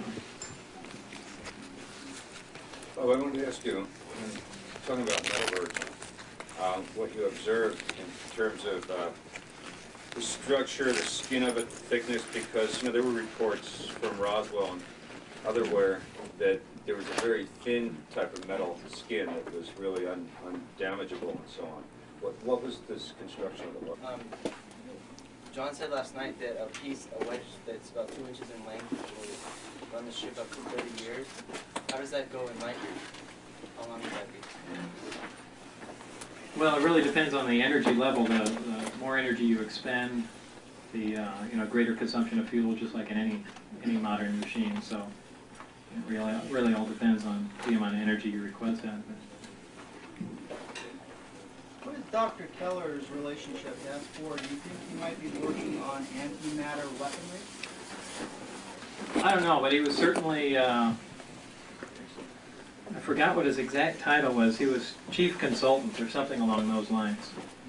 And as far as antimatter weaponry, I don't think anyone was involved in that. There was certainly some beam weapon work, and you know, Teller's been involved with that. I think his last project at Livermore, Los Alamos was, I think he called it Super Excalibur, and that was essentially a nuclear bomb detonated in orbit and fiber optic light guides that directed X-rays to incoming warheads. And that's his pet project. He loves that thing, so I don't think he'd jump to antimatter weapons.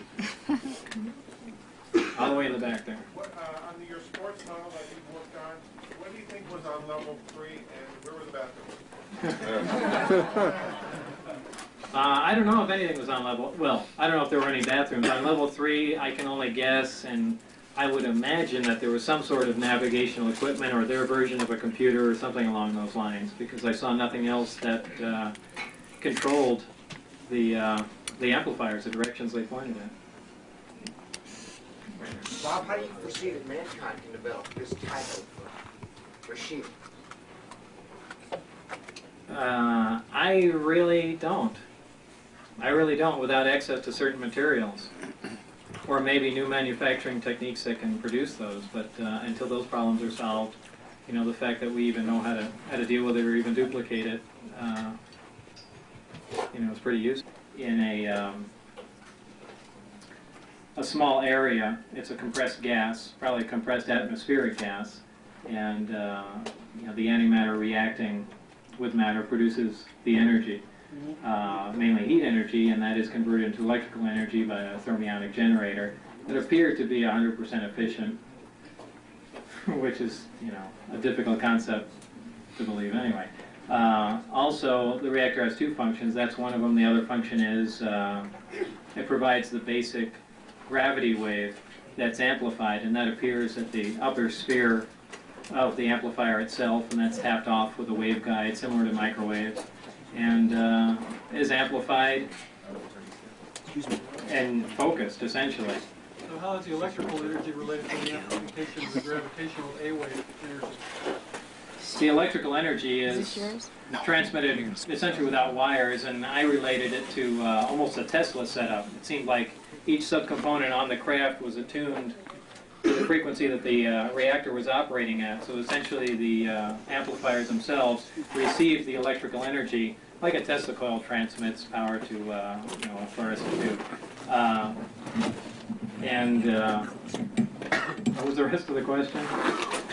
Yeah, in other words, what is the relationship between, I think that's, you basically answered it. Yeah, that's how the amplifiers receive the power. Through the waveguide, they receive the basic wave. It's very, very similar to a microwave amplifier. And, you know, for more technical description, yeah, I can send you drawings or things along those lines, but that's basically how it works. I understand you took some 115 home with you to do some testing on your own. I obtained it, yeah. Did you document any of your testing? Yeah. You did? Yeah, the video, mostly videotape and things like that. John said it was stolen from you later. Last night he said. They stole it back. Stole it back, he said? Well, there's another level to that, but like I said, right now it's in private hands. Okay. Element 115